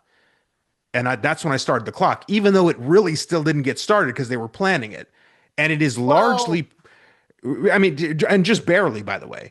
They don't compress any time. They actually play it out in pretty much real time. So in real time, essentially real time, I won't get into the nitpickiness of it, but essentially in real time, it took them less than 5 minutes to beat Vecna and the Mind Flayer. I know some people are going to say that's not what the show is about. Okay, then what the hell have we been doing for 5 seasons if it's not what it's about? I think there's again a lot of preamble in the show, a lot of build up to the point that they actually get into the battle. At minimum, then, Damon, if it's not going to be this, if that's not the most important thing about the show, at least in that battle, have Vecna and the Mind Flayer gain some significant ground. You're telling me you can make a 2.5 hour show. I'm sure this last episode cost tens of millions of dollars. They couldn't extend this an additional 5 minutes to give Vecna and the Mind Flayer an incredible advantage, an incredible push back against this team of, let's be real, very ragtag young people who have no skills, no battle skills, just what they built over these last few seasons. Just give me some pushback. That's all I'm asking for. Some will argue, oh, it was Nancy in the little canyon, about to get smashed. That was the thing. I go, no, no, no, that's not what I'm saying. You need to, if you are telling a story, there needs to be push and pull. If it's all push and we just push to win, and I guess Vecna, almost gets a hold of 11, and then Will comes in, which we needed that anyway. That had to pay off. Had to. Sorry, Duffers. Believe me, you had to pay that off. You had to at least just give me 5 more minutes where I feel that Vecna and the Mind Flayer have an advantage that is inescapable. We talk about it all the time. You want your characters to feel in the kind of peril that they can't get out of, and then get them out of it, and then we'll all cheer. Am I asking too much for another 5 minutes? Well, I'll disagree because it's not 5 minutes. It's when the Mind Flayer wakes up, when that spider-like creature kind of comes out of its slumber. And can I, before you continue, I started the timer there originally. Guess how long that was? 10 minutes, maybe? Less than 9. Okay. And all he is, by the way, is just waking up in those additional 3.5 minutes. All it is him waking up, and you realize what it is. That's all that is. I'm talking about a full-blown advantage. Well, he comes after the kids, and they're running, and it looks like they're going to be in peril. And obviously, that's when 11 shows up. She jumps into the abyss and saves the day. I think like, to me, like, it gets lost in like the timing thing, and I think this goes back to my whole like the kind of battle they're having, because like they actually do formulate a plan. This giant Mind Flayer creature is coming after them in this like rock-like, spider-like form, and it's obviously big and bad, and it's going to crush them, and they have very little hope until 11 shows up, chucks a couple boulders at it to get it distracted, and then she goes after it directly. And then they come up with a plan to have Nancy, to serve as a distraction, run into the canyon so they can trap it at least long enough to enact actual damage on it, which is when they light it up with the flamethrower and the Molotov cocktails and the fuel and the flare guns. And like, they remember that fire is the one thing that like the Demogorgons, the Mind Flayer, these things have always been afraid of, is fire. Very alien, very xenomorph.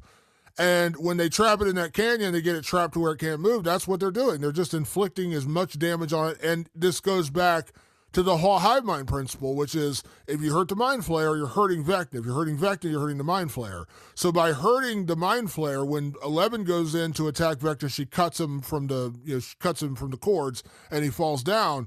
Their battle is pretty intense in that moment. I understand it's a minute or two, whatever it is. But it's when they continue to hurt the Mind Flayer, burn him, stab him, they're just chipping away. And by the way, they make a very smart comment. They're like, we just need to chip away at the hit points. Like it's a video game. Very video game, yeah. Very just hit, move, hit, move, hit. You're not going to hit him in one shot and it's over.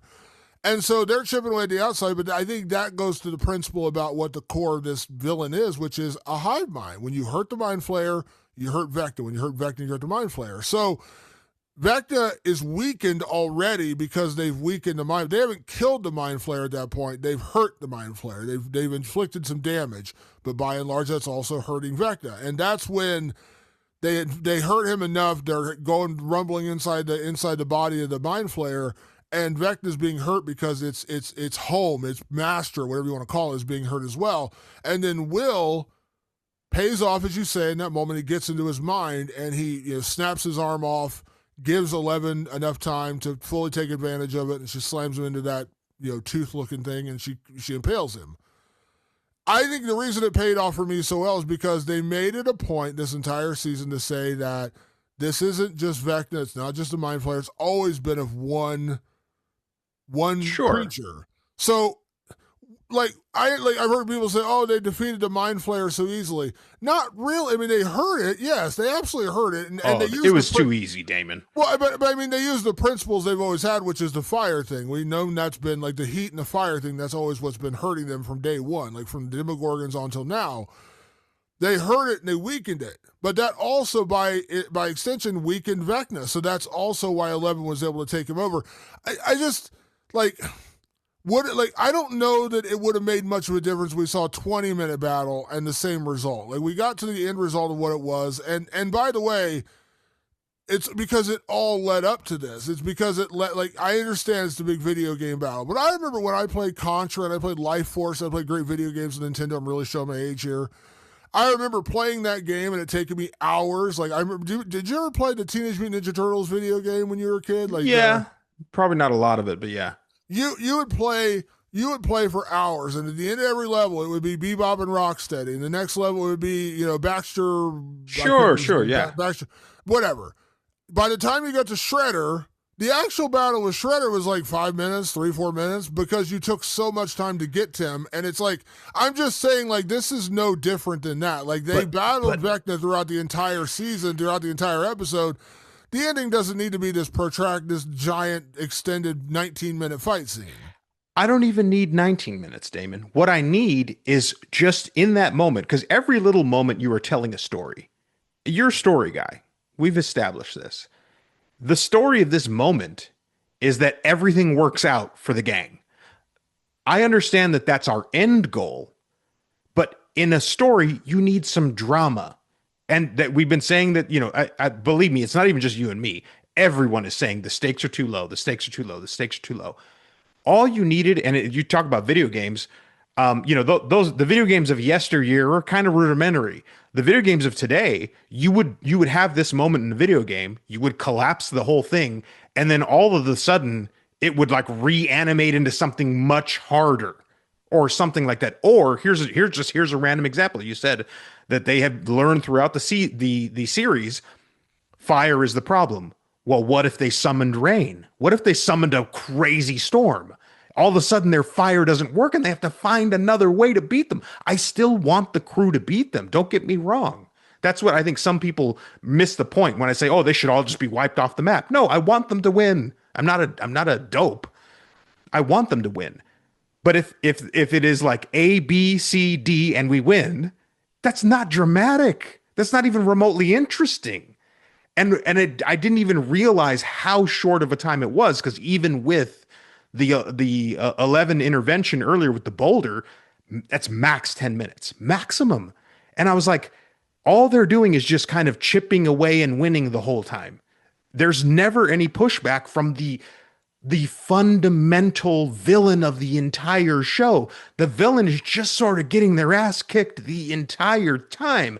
All I'm asking for is a dramatic pushback and then snatching victory from the jaws of defeat, like any good story has done ever.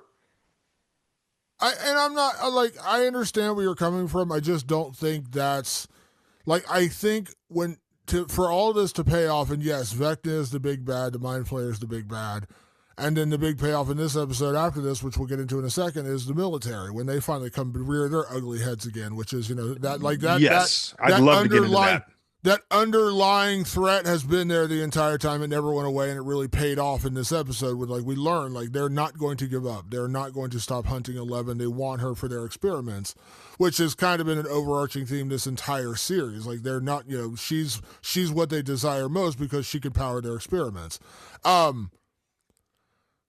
don't need it, because I'm thinking, like, I think about, I know this is like, I'm justifying it by talking about movies that people complain about, but I think about people who like have not liked a lot of the Marvel movies. Not lately. I'm talking about like the original run, like the good run of Marvel films. The biggest complaint about those films was a lack of good villains. Mm-hmm. Character development, origin stories, all that paid off, but like the villains were just like very lackluster. Like, you remember Iron Man? Do you really remember Jeff Bridges? The bad guy? Do you really love Jeff Bridges and Iron Man? Actually, one of my favorite Marvel movies. So you picked the wrong one that time, Damon. Okay. Part 2. Do you really remember Mickey Rourke? Did he really make an impression as a great villain? I didn't like Part 2. Part 3. I don't even remember Part 3. I've seen it like once. Like, I know there is a bad guy in there, and I know they kind of fake out with another character, but like, I couldn't remember who the villain is. Not a fan of 2 and 3. Yeah, so I'm getting to like my point is like they made Vecna a pretty epic villain, and he did a lot of things over like the course of the time that he was there. I don't really need an extended knockdown drag out. I understand I get what you're saying about Yeah, I'm not the saying peril. extended. I'm I, saying I I standard storytelling I skills. understand. I understand what you're saying. The peril. You want there to be real stakes. The peril. Like even if they don't die, you Yeah. want them to be in trouble. I Perfect get it. opportunity was sitting right there. And it didn't And cost like I them said, much more. Two, and three like I minutes said, max. I get it. I understand where they're coming from. But when I think about this episode and this season as a whole, it worked for me. And I didn't know that it would. And I'm not even saying you're wrong. I'm saying that in this moment, watching the way this final battle played out, it worked for me. And it worked for me because the entire season went as a whole, overall worked for me. Did elements not work? Were there dumb things I didn't like? Were there things that didn't pay off? Sure. But like I think back to like the end of episode 4 where Vecna came in and just absolutely wrecked shop and killed, whatever, hundreds of soldiers in that moment. That was a pretty badass moment. I didn't really need that again.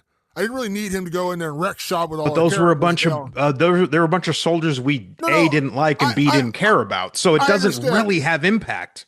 I understand. I'm just saying, like that. We already had like the Vecna wrecking shop in that moment. I get, and by the way, the peril was there. The Demogorgons are all attacking, and that's when Will Sure, wakes yeah, up, yeah. he has power. Like all, like that's what you want in this final episode. You want another of that. You want another version of like everyone's almost death, almost captured, and then something happens to save them. I get where you're coming from. I'm just saying we've already done that, and I know this is the finale. I know this is the big ending, but I'm just Yeah. saying we did get that moment. We're just getting a different conclusion in this ending, and I understand. I'm not saying you're wrong. I'm just saying that for me it worked perfectly because it was just like like I didn't need another drawn out battle. I didn't need another long protracted battle between Eleven and Vecna. And like I think the kid, like there were definitely moments where the characters were in peril, like when when the abyss came down, it wasn't lining up at the breach, and the thing starts crumbling. I know the fake out with Steve was kind of bad. But I it got don't like my that. audience. I tell you what, my audience gasped and sounded like they were about to lose their minds when they thought Steve died. So like we are definitely digging deeper than the average person probably watching Stranger Things. If I'm being honest, like when I saw in my Yeah, that's what we do. when I saw in my audience, like they were gasping, and like when Vecna got crushed against that thing, got impaled, my audience cheered, man. They were like, "Oh yeah, man, fuck you, Vecna." So it worked. I think It worked for me. It worked for me as a whole. I guess what I'm getting at. And I think for me as a whole, it didn't work. And that's because when you consider, I think this was about 12 or 13 hours, this last season five, it's something around 12 or 13 hours. To me, I go, man, those moments that you talk about that are spread so far apart from each other, it goes right back to what I was saying with our co-producer, Real Dumb. I agree with the idea that if this was like two movies, like two solid ass movies, like maybe one movie that came out on Netflix and the finale comes out in the theater, whatever, I would have felt all that. You can't, it's so hard to feel it over 12 hours. Well, and that's where I think they made a mistake. I think they should have just released 7 episodes and then done the finale. They didn't need to split this into 3 parts. Release 7 episodes. And by the way, I think if you do the 7 episodes, you probably pace it differently. You probably have different conclusions than what you had. But I you think have pacing a was whole a big story. problem this season. Yeah, You'd pacing have was a whole huge. story, and then you get to the 2-hour finale, and it just all pays off. I've said that. Go back. I said that was a big mistake because, like, when we No, they should have done it when we differently. critiqued Volume 2, I said Volume 1 ended in epic fashion. Will has powers, the Vecna wreck shot, but then he saves the day by killing the Demogorgons. You realize he's able to tap into the hive mind. Holy shit, cool moment. Then Volume 2 just kind of like, all right, all it is like a preamble to set up the finale, and I'm just like, sure, but it doesn't pay off. And I waited a month to get here, and these 3 episodes didn't really pay off for me in that.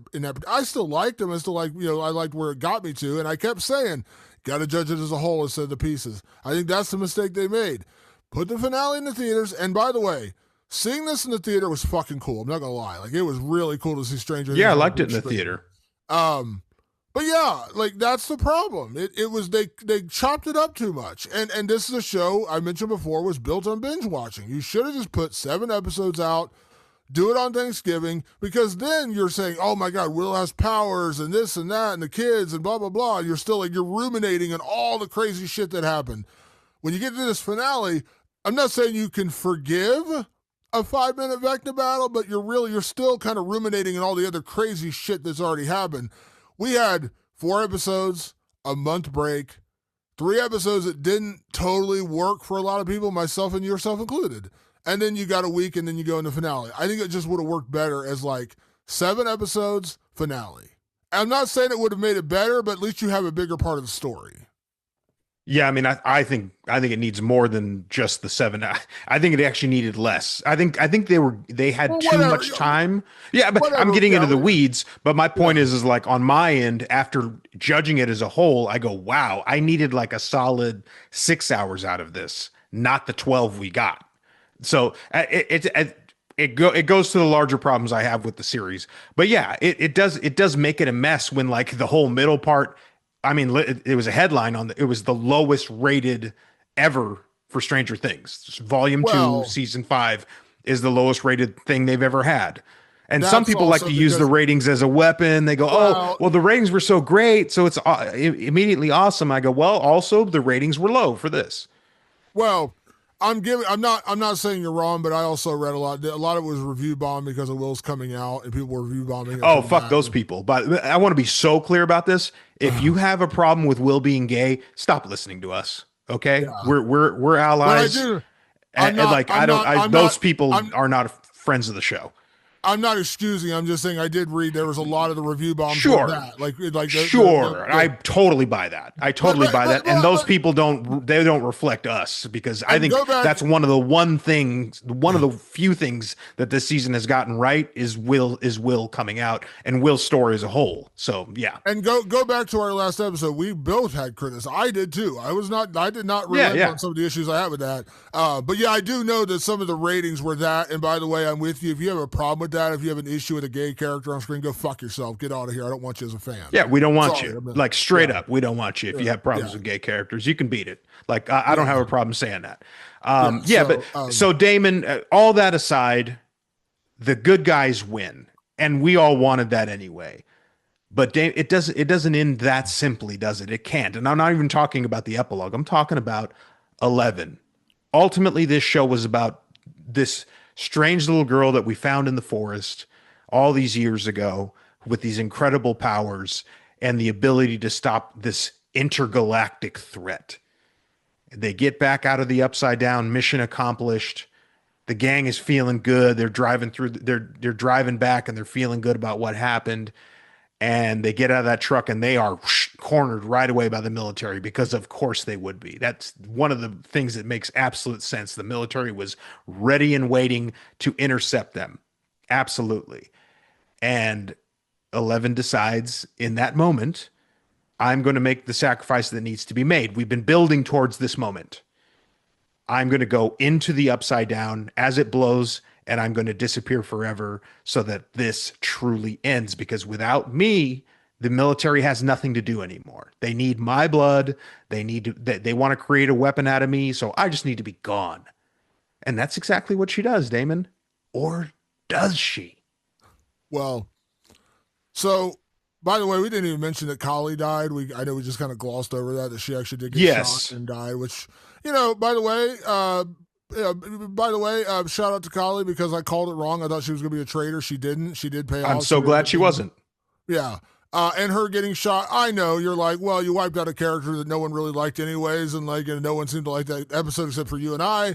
So what stakes are there? But still, a character they brought back, which by the way, that was a cool moment in episode 4 when they brought, oh my god, it's her. At least for you and I. The rest of the audience may have been like, Yeah, oh god. I loved but for it. you and I were like, oh shit, that's cool.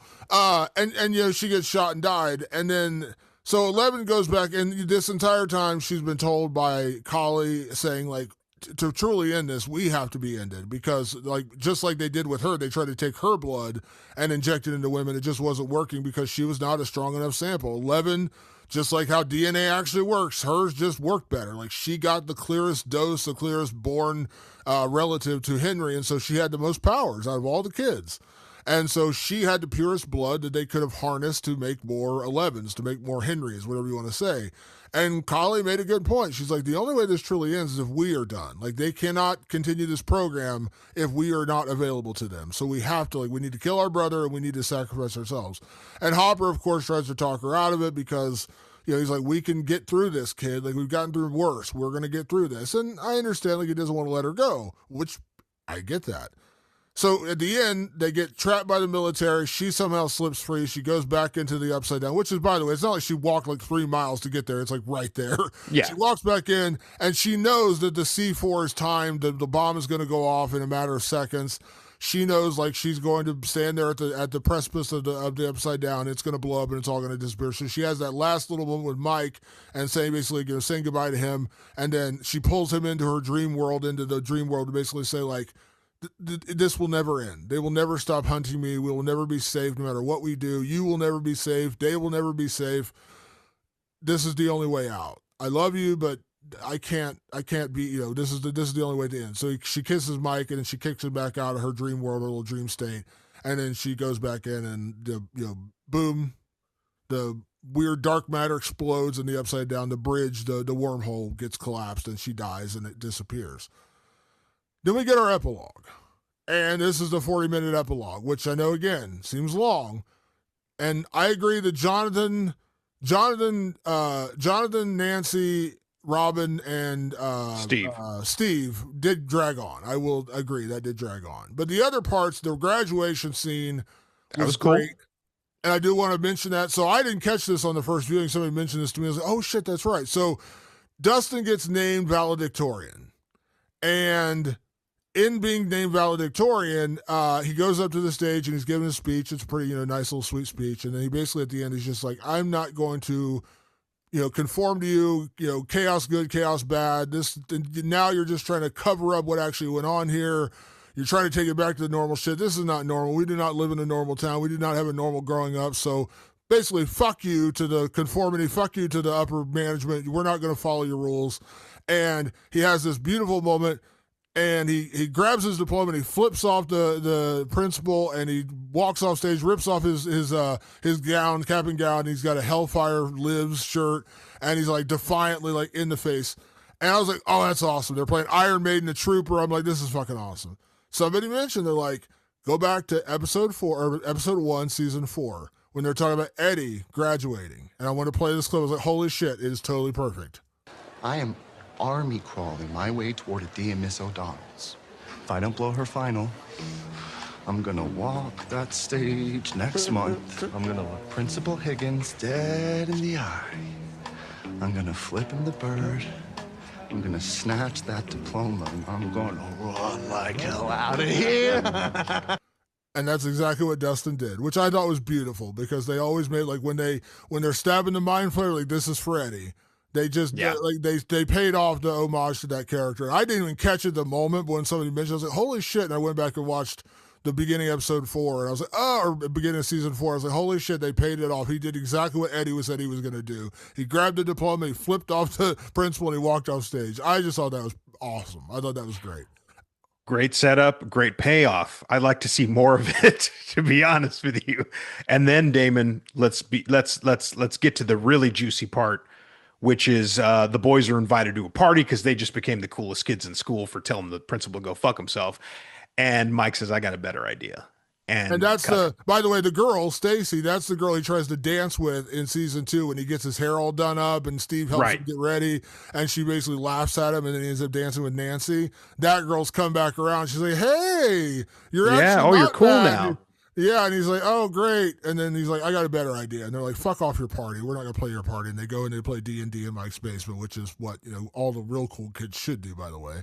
And they do their campaign, and Mike being the dungeon master, they have their battle, and they think they've been defeated, but then, the mage shows up, and they defeat the evil vampire, and they win, and everyone's happy in the end of the campaign. And Max is kind of like, well, that's it. Like, we all just live happily ever after. Like, that's really the end of the campaign, because he gives them gold and says they all live happily ever after. She's like, well, and then Mike starts basically saying like Luke and basically using their character names, but Lucas and Max are just fall deeper and deeper in love, and they stay together forever.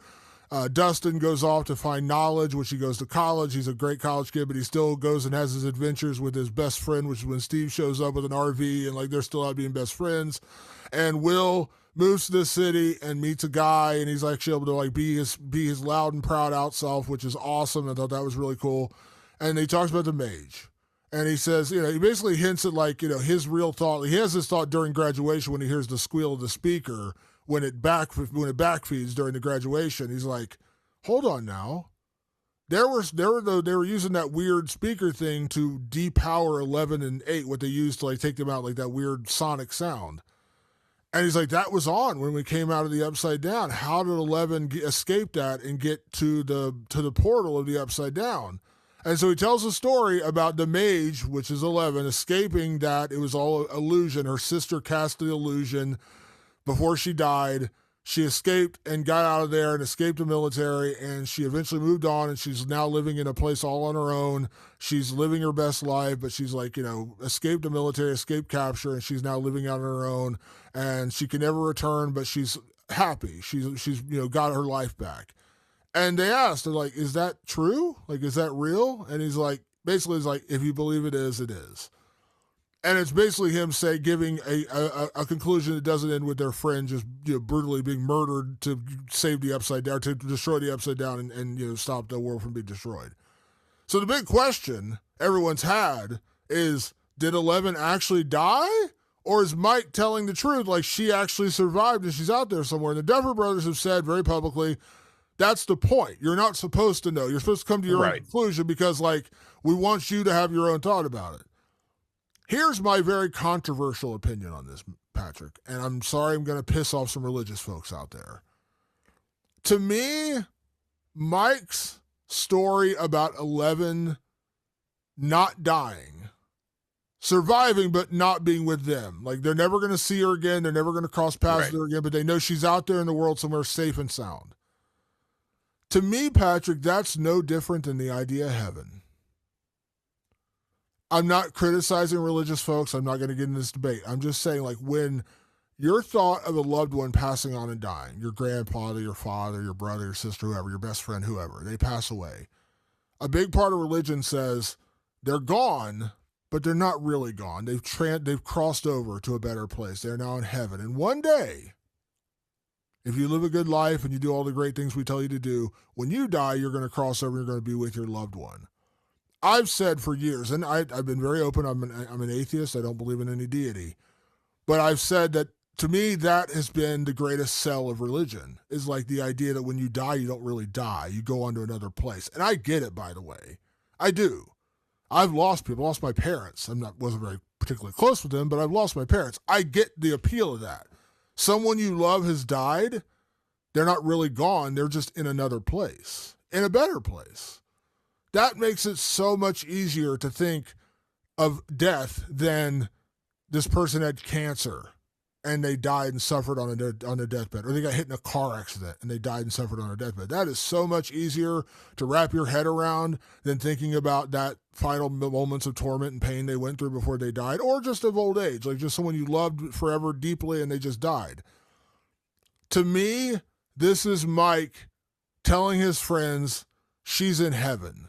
She's not really gone. She's just in another place, living her best life. So in my opinion, Patrick, 11 did sacrifice herself. She did walk into that Upside Down and it blew up and she died with it. But Mike's version of events is basically giving his friends a better, happier ending for their friend than just she went in and literally got murdered by a whirlwind of an explosion and she died, probably horrifically, we have to imagine in that moment. This is him giving them a happier ending. This is 11 went to heaven and we're going to see her again one day. That to me was that story. So for me personally, I loved it and I understood it because it related back to what I think the fundamental attraction of religion is, which is you can die, but you're never truly dead. You move on to a better place. That was Mike's tale of 11 going to a better place. It's an interesting approach to it that I haven't heard yet. I was 100% sure that she's not dead. I do believe the story that Callie gave her the final cloaking ability, and if you look at how that showdown with the military plays out, it doesn't even make sense how she got from being in the lineup to all the way over there, I don't know, 50 yards away or whatever it is. I do think Callie's final act was to help her sister get out in just in time. He describes a place with 3 waterfalls. We see her hike to a place with 2. He's imagining a place with 3. She found a place with 2. But that's not really why I think she's alive. I'm also, by the way, like almost 100% sure she's alive because originally, Damon, and you know this, and some people that are listening might know this, when the Duffers originally pitched this show, it was called Project Montauk, and it was 2 seasons long. It was 1 season when they're little kids, which is the first season we got, and then the second season was them as grown adults coming back to Hawkins and revisiting what happened. Just like It, because they were copying It. That's not a debate. That's what they were doing. Then the show blew up and they had to change plans, and then they actually had to create like this massive like new world and all this shit.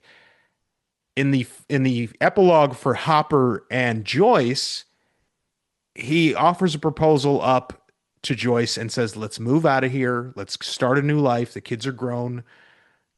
This place got a lot of pain behind it, so let's go to Montauk," is what he says.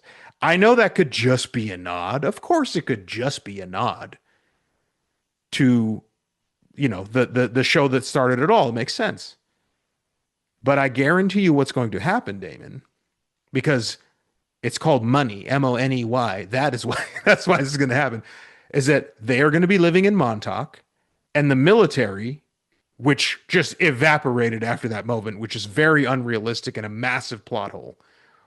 They would have actually taken Hopper and probably executed him and then imprisoned all of them because they have too much knowledge.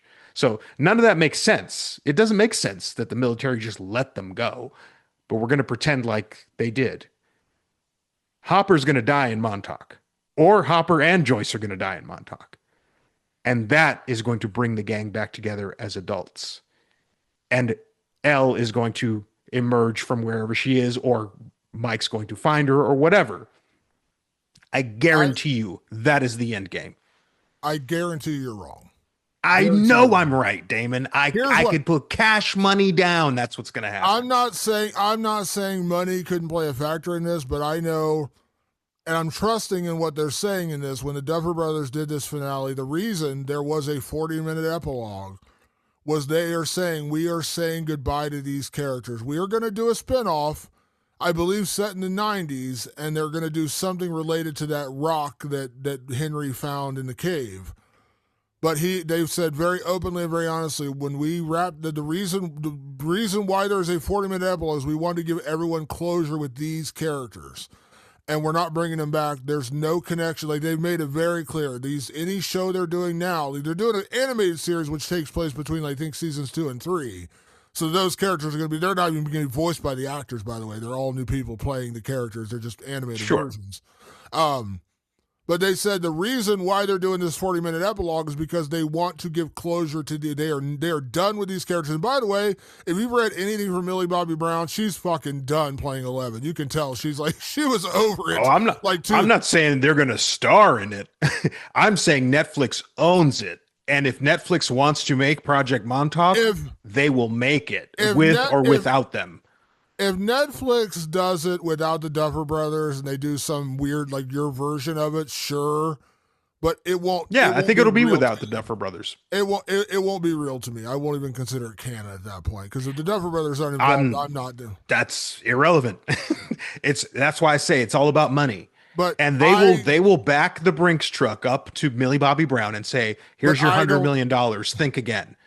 I don't think they will. I think that we've seen the last. I think they will. I think we've seen the last. I'm trusting by what the Duffer Brothers have said. The reason why they got this epilogue is because they wanted to give closure to these characters. Now, does that mean we won't see some side character come back or somebody else, tie into that? Sure, but I think Mike, Will, Dustin, Lucas, Max, and obviously 11. I think we've seen the last. I think there might be a tie somehow to sell it as like a Stranger Things spinoff, but I think we've seen the last of these characters. And that's why we got that really long drawn out epilogue, because we got to say goodbye to these characters and they're moving on. Now, I'm not saying you're wrong in the sense of like 10 years down the road, Netflix opens up the pocketbook and they say, "Hey, we're going to make this with or without you."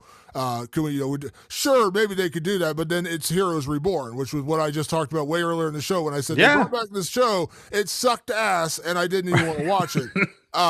Sure, they could do it to your point, but I just don't like. I don't think they want to ruin the goodwill. Like when you do a finale like this level, and you put so much into it, like the only way you can do something else is like, and I don't think this show is really capable of that because it's not the same kind of show.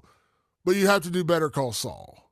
Where Better Call Saul became a Saul Goodman prequel, and then the very last couple episodes they did like a post Breaking Bad, but it was all specific to him, to Saul Goodman. Mm-hmm. And they gave that character closure without, they didn't fuck with anything. They didn't fuck with what happened to Walter White. They didn't fuck with the ending of Breaking Bad. They just gave an extra, like one extra layer of conclusion for that character, which had to kind of like the hanging thread at the end of Breaking Bad. Sorry if I'm ruining Breaking Bad like a decade after it ended. If they do anything, that's going to be it. Like, I think if they do anything else, it's going to be like the one hanging thread, one character. Like, Vicky just disappeared. Like, she was in the beginning of this episode and she just fucking fell off the canvas. Maybe she comes back or something weird. I don't know. My point is, I don't think they're going to ruin the goodwill of having this big, grand series finale and ruin it by bringing back 11 and Mike and Lucas 10 years from now. Like, I just don't think they're going to do it. I think it would just ruin the goodwill of a big conclusion like this for a show. Remember, Game of Thrones ended in the worst way possible. It's one of the worst series finales in the history of series finales, one of the worst seasons of show ever. That show ended and people fucking hated it. I know you weirdly liked it. I loved it. I didn't love the last episode, but I loved that season. Yeah. People fucking hated that finale. And what do we hear about a year later? Hey, there's a Jon Snow series they're working on. Everyone's like perked up. Oh, maybe we're going to fix what went wrong. Didn't really work out, and I'm not sure if you saw these recent comments. Kit Harington said, there is zero chance I will ever play that character again. Now, I know, back up the Brinks truck, whatever, but he's like, no, I'm why, done. like it could have been, we don't even know why it might not be a Game of Thrones problem. It might be an executive problem. We don't know. But they had such a negative reaction to that finale. They're like, oh shit, like maybe if we bring back Jon Snow and do a Jon Snow in the Wild story, we can kind of bring people back and love it again. I don't think, because generally speaking, I've heard pretty overwhelmingly positive things about this finale. The vast majority of people, and I understand I'm not polling everybody, but the vast majority of people I've seen have pretty much liked this, and they had a pretty good emotional connection to it. I don't think they want to ruin that by bringing this back. So you're not wrong in the sense of like Netflix owning this, and they could do it just because it's outside their purview. But I think when it comes to the creators, when it comes to the Duffer Brothers, when it comes to their story, these characters are done. I fully agree that the Duffer Brothers could be done. That I'm not even questioning their goodwill and their intentions and their wanting to cut it clean and walk away. I'm talking about Netflix. Netflix is a multi-billion-dollar corporation. They don't give a damn about legacy. They don't give a damn about the goodwill that the Duffer Brothers built here. They don't care. They care about the money. And the money that they can get, and I'm not talking like next year or something like that. I'm talking down the line when they actually look like adults. They could back that truck up and change the whole game if they wanted to, because that's how corporations play. They don't care. They want the numbers to go up, so they'll do whatever it takes. That's all I'm saying. I'm not questioning the Duffers' intentions at all. I'm not even questioning Millie Bobby Brown or anybody else. I'm talking about Netflix. Netflix has that. They own it. It's their most profitable thing they've ever done, ever. They will try it. I promise. I know I'll disagree to a certain extent, because like it's been tried. It's been done sparingly. Yeah, they made a movie called The Many Saints of Newark. Remember that? David Chase wrote it. It was a prequel to The Sopranos. And I was like, oh, we get The Sopranos. The movie was terrible. It wasn't a good movie at all. I'm sorry. Sure. And that was their attempt. They did a prequel. But that's kind of proving my point is they do it anyway. No, you don't need to touch it, but they do it anyway. Well, they did it anyways because David Chase was involved. They didn't want to piss off David Chase department. Like so, David Chase was involved, and it just didn't work out. It wasn't a good movie. I didn't like it at all. I watched it once, never saw it again. I'm not saying you're wrong. I'm just saying that like they're still getting Stranger Things. They're going to get the spin-off animated series. They're going to get a spin-off series they are currently working on. Oh yeah. That, like I said, I believe it's set in the 90s. I just think as far as these characters go, we are done. And I'm going to live by that, and I'm going to live by the Duffer Brothers with that, because you go into this huge marketing campaign about the series finale, and I think, once again, I think it's been mostly positively received. Even you, I was like, oh, how much do you hate it? And you're like, actually, I liked it. And I know you had criticism, but you're like, I liked it. Yeah. I was like, Patrick liked it? What the fuck? Yeah, my It mind wasn't- changed after the second viewing. I like it less for sure. It wasn't the missed ending. Patrick liked it. What's going on here? It happens. But I think that like I just think that like, and by the way, like I understand Netflix has a lot invested in Stranger Things, but you got to remember Netflix has a lot invested in other things. I mean, they've got a million other shows out there. They got K-pop. Sure, but they're nothing like Stranger Things. Stranger Things is humongous. It is, but it's not. I mean, look at Squid Game. Squid Game was bigger than Stranger Things. No, when Squid Game came out, it's not bigger than Stranger Things. It's not bigger than. It was big for a moment while Stranger Things was down. My point is this, Damon: don't put any faith in a corporation. I'm not. I'm just saying that like that's what I'm saying. I think you're taking it like I'm thinking of other things. No. I'm saying Netflix be greedy and they will try it. Okay, to your point though. Squid Game was bigger than Stranger Things when it came out. More viewing hours, more minutes watched. It was the biggest Netflix show ever at the time. Bigger than Stranger Things. It was the biggest show ever. They did Squid Game season 2 and season 3. It was all right. I didn't love it, but what it is. How are they bringing back Squid Game?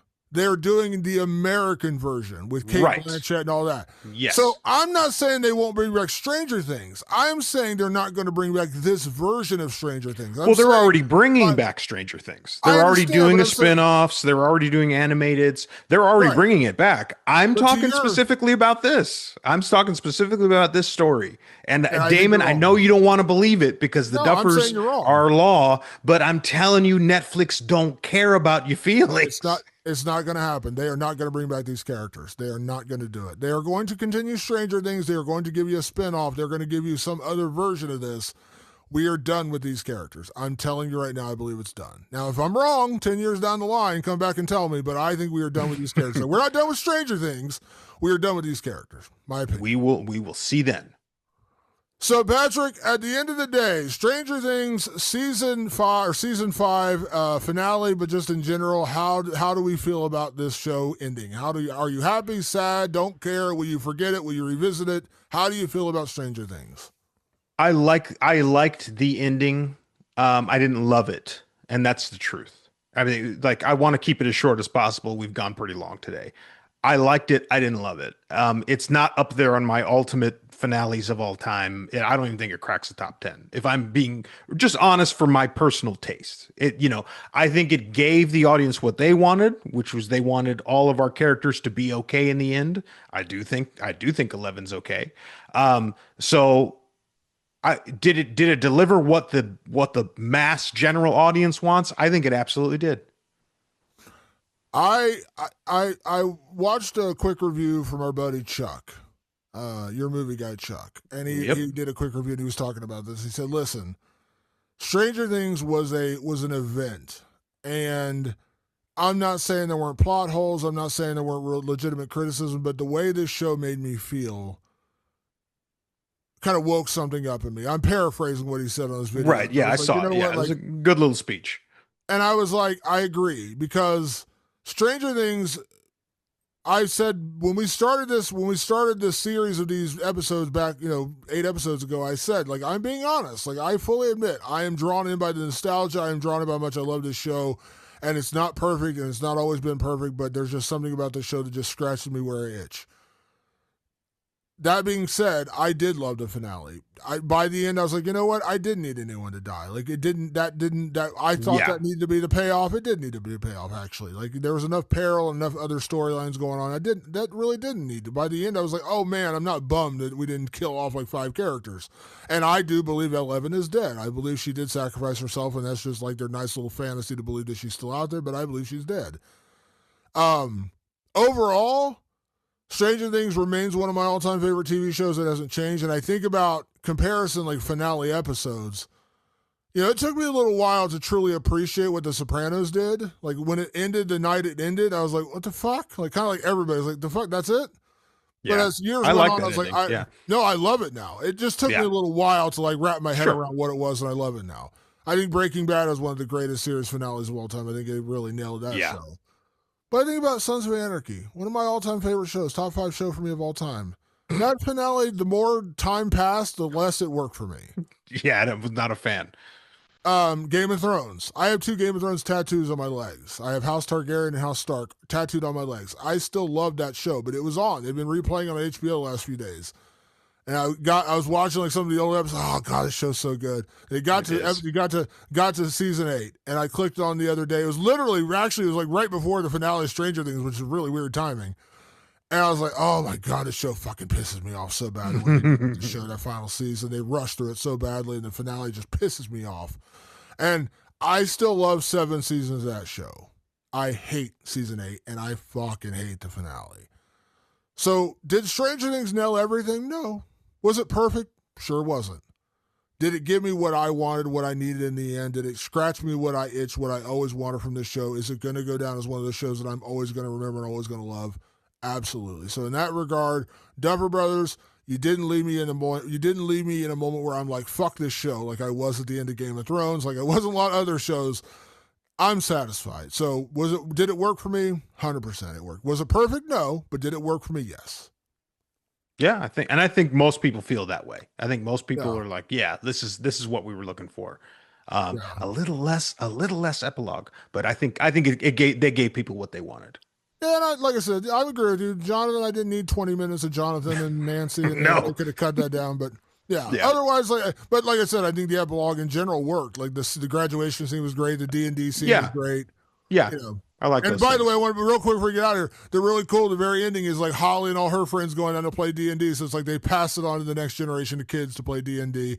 There's nothing wrong with being a nerd, kids. D&D's awesome. I wasn't a big D&D guy as a kid. I played a little bit, but be a nerd, man. Have adventures. Have imagination. Trust me, you will remember that far longer than the game of the fucking bar you went to with your friends and you snuck into when you were 17. I promise you. So. Yeah. So Stranger Things, that's it. And now we're moving back into the world of horror movies. We've gotten to this cultural phenomenon, and we're going to be going back into horror movies. We actually have a really busy January, kind of crazy enough. We do. We have a bunch of big things coming up. We haven't even decided. We haven't even talked about our franchise for the year. We don't even know what that is yet, but we got We Bury the Dead. 28 years later, the Bone Temple's coming this month. So there's plenty for you to sink your teeth into. Send Help. Have you seen the trailer for that? The new Sam Raimi movie? I'm intrigued by that one. Yeah, I'm interested in that one with Rachel McAdams. I'm like, oh, this looks interesting. So, all right. That is strange. I mean, we went for way too long because we spent the first half of the show bitching about the entire show. So sorry about that. For everyone on Patreon, patreon.com/WannaLivingDead, you are getting this a little early. We apologize. You're not getting a huge leeway like you normally do because this episode is so big we need to get it out there a little sooner, so we can't wait like a full week like we normally would because this show dropped on a Wednesday. Normally it would be a Friday for a movie dropping. We can't wait that long, so we're going to drop this a little early. So we apologize to our patrons. You're only going to get this exclusively for a couple days, and then the rest of the world is going to get it. But we're going back to our regular schedule after this. Now that Stranger Things is over, we moved on. We're back into our film schedule, so we appreciate the patrons.